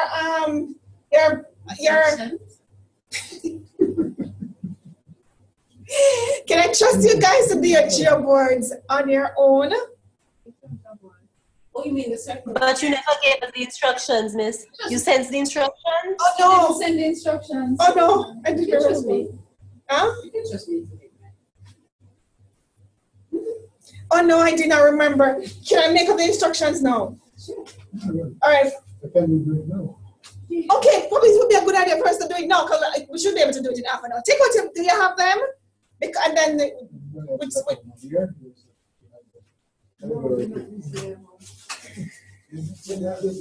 you have your things for your Let me just give me 1 minute. Let me get my. Yes, do you have your things for your dear board? So that at least we don't want to spend the time to do it. Can us move on. And then I forgot mine.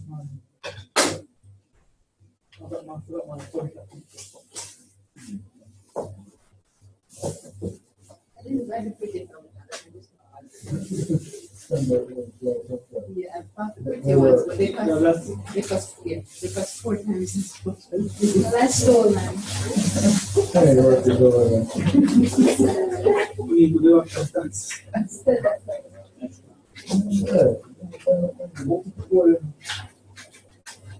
Can I need? How much you need? What do you need then? Oh, It's 10. I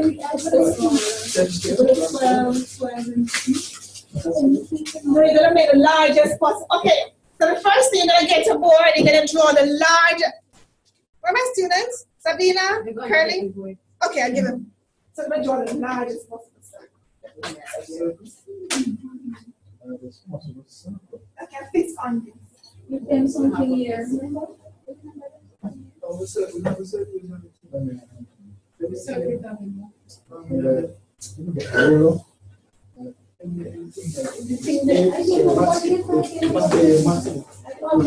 doesn't matter how many, because we all can do different keyboards, which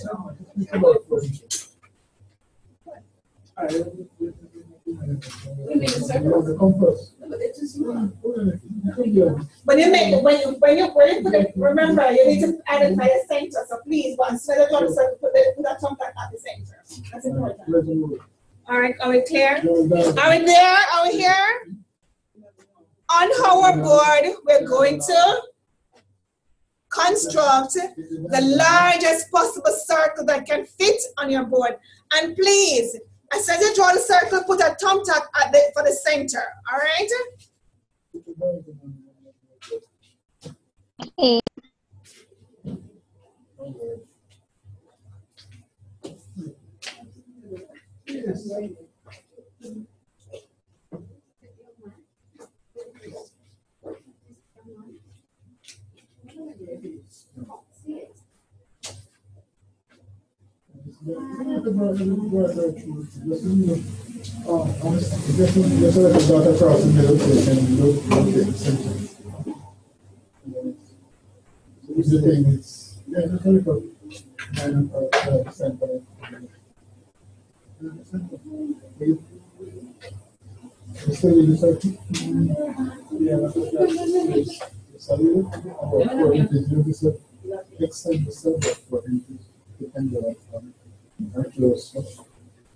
Good enough. Good enough. No, that's not the biggest one. That's what I That's not the biggest one. That's why I'm sticking in with that so that we can see it. I don't like working with edges. You have our elastic bands? Yes, let's make up rubber bands. So we're going to use our rubber bands to make sectors so we can determine that. So you can, okay, so you can determine how you want to put in your thumbtacks, how far, how close, but ensure that the sectors are equal. Are you clear with that? Huh? Huh? Yep. Any elastic band, please? McArthy. Yes? What did you just say? Have you drawn your... At the center. Have you drawn, all right, so have you drawn the largest possible circle?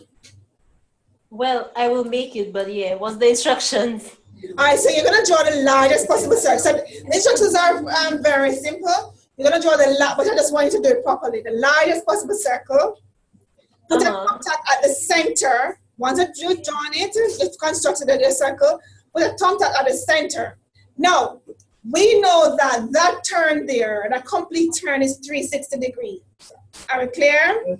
Now, we need to figure out how to insert our thumbtacks at around the boundaries of the circle. Are we following that? Now, for us to do that, we need to design little sectors. But we have to ensure the sectors are all equal. Are we clear? So you can determine how many, because you can determine how many thumbtacks you want. It's fine, because you're the one who's going to use it in your classroom. You can determine how many thumbtacks you need for the edges, but at the same, but it has to be equal. Am I clear? So like if you want 10, then it should be like 36 degrees apart, something like that. Exactly. Each sector should be 30. So you have to measure it. Okay, I understand. Okay. And if you're home, like you guys are home, you don't have to probably use thumbtacks. You can use nails, depending on how sturdy your board is. Because it's something you can always use to teach circle theorem. It's something that you can always use to teach circle theorem. All right? Yeah, that's why I can't do mine now, because the thumbtack is not exactly going into, I have to get some nails. Oh, you have to use nails. So depending on how sturdy your thing is, you probably will be able to, so you can get little nails or something. All right? Caroline, are you with me? Caroline, are you with me? I am. My board. Are you finished? No, I just put the tack in the center. Oh, do you understand what to do about the boundaries of the circle? Yes. Okay, all right. So I don't know if you want to, you can go if you wish, so you can work on that. So we don't have to do that in class. But so you can go if you wish. That's the final thing. That's it? That's all we have to do? That's it. Then you have a circle on your board. That's all you have to do. That's it. You have a circle on your board. So we put the thumbtacks, like I guess the rubber band, we're going to use it to make the angles. Good job. So the rubber bands are needed now, so you can create different angles and see what's the ones that are equal and twice as large and all of that. Do you understand how you use it also? Everybody? Yes, we. Okay. Yes. And then we can also create what is called the tangent, line of tangent.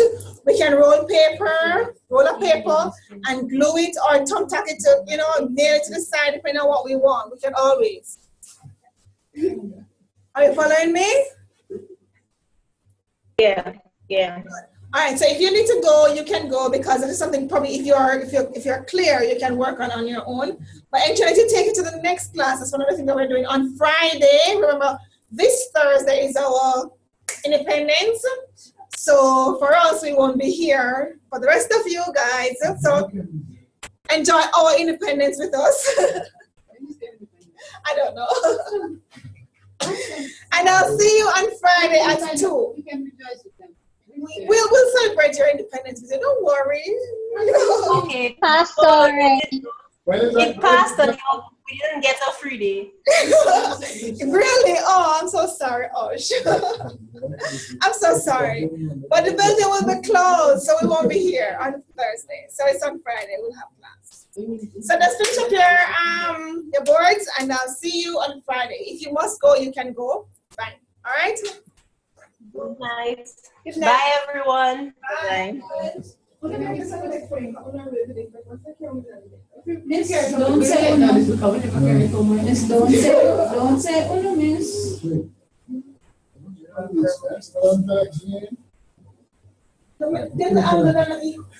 He didn't mention me. He knows what to do. He just didn't mention me. He's just being that's okay. Can't help himself. He said we can choose any angle. Anything, because you're really good in your class, and you can determine what depending on the group that you have, what you want from it. Because you're going to have them use in your class. So you end up, you just picking over. Over many points and then determine from there. That is This practice one. No, just practice one. You're gonna do that, right? All right. You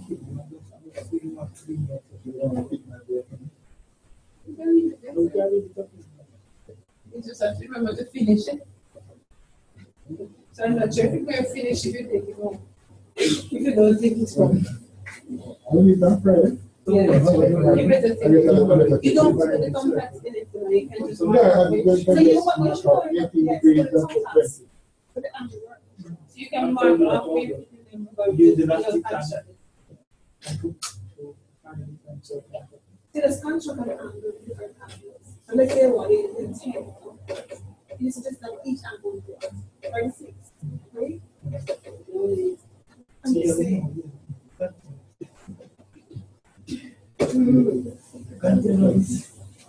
So you would measure that each angle is 36. So you mark it hard. So that angle there is 36. That's it. Very easy. Okay, you make this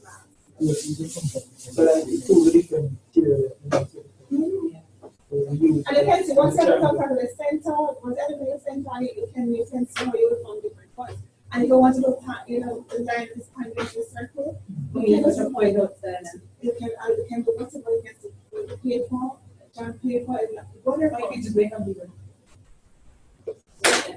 Yeah, you can do whatever you want. You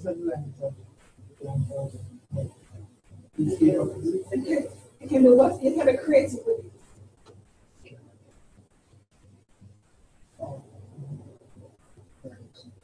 Miss McArthy? Yeah, I thought you were gone. No, I stayed to finish mine. I just wanted to make sure. You want to? Oh, come on, look at this recorder. Let's yeah. Jeffrey, they say that you're too smart. You see, you guys wasting time, and Jeffrey just getting it done, so she doesn't wait for the rest. That's it. Yes, because I have so much to do. Yes, good job. So all the sectors are equal. Yes, very good. That's it. So you can see how that could be used for your secretary. Yes, I actually can. I use 12 thumb tags though, not that's 10. Fine, that's fine. Good job, Jennifer. Thank you. Good night. Good night.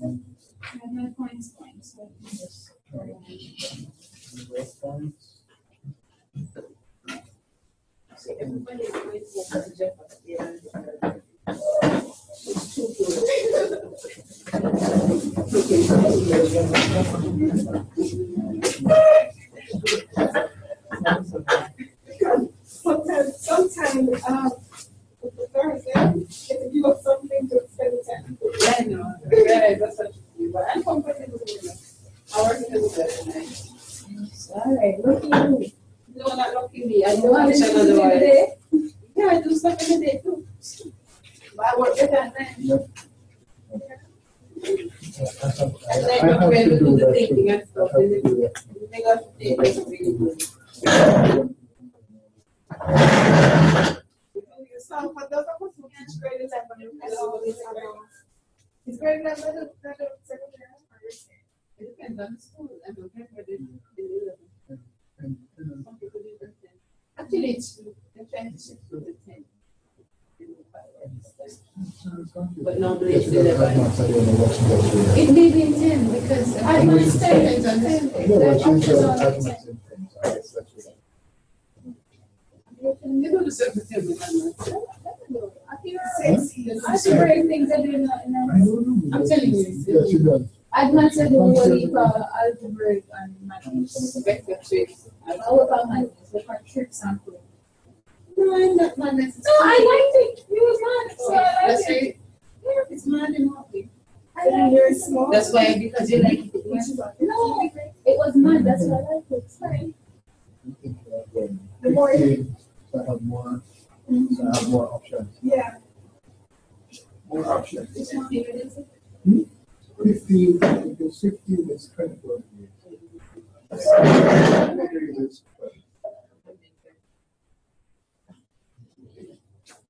Well, you have 24 is I want to do 24.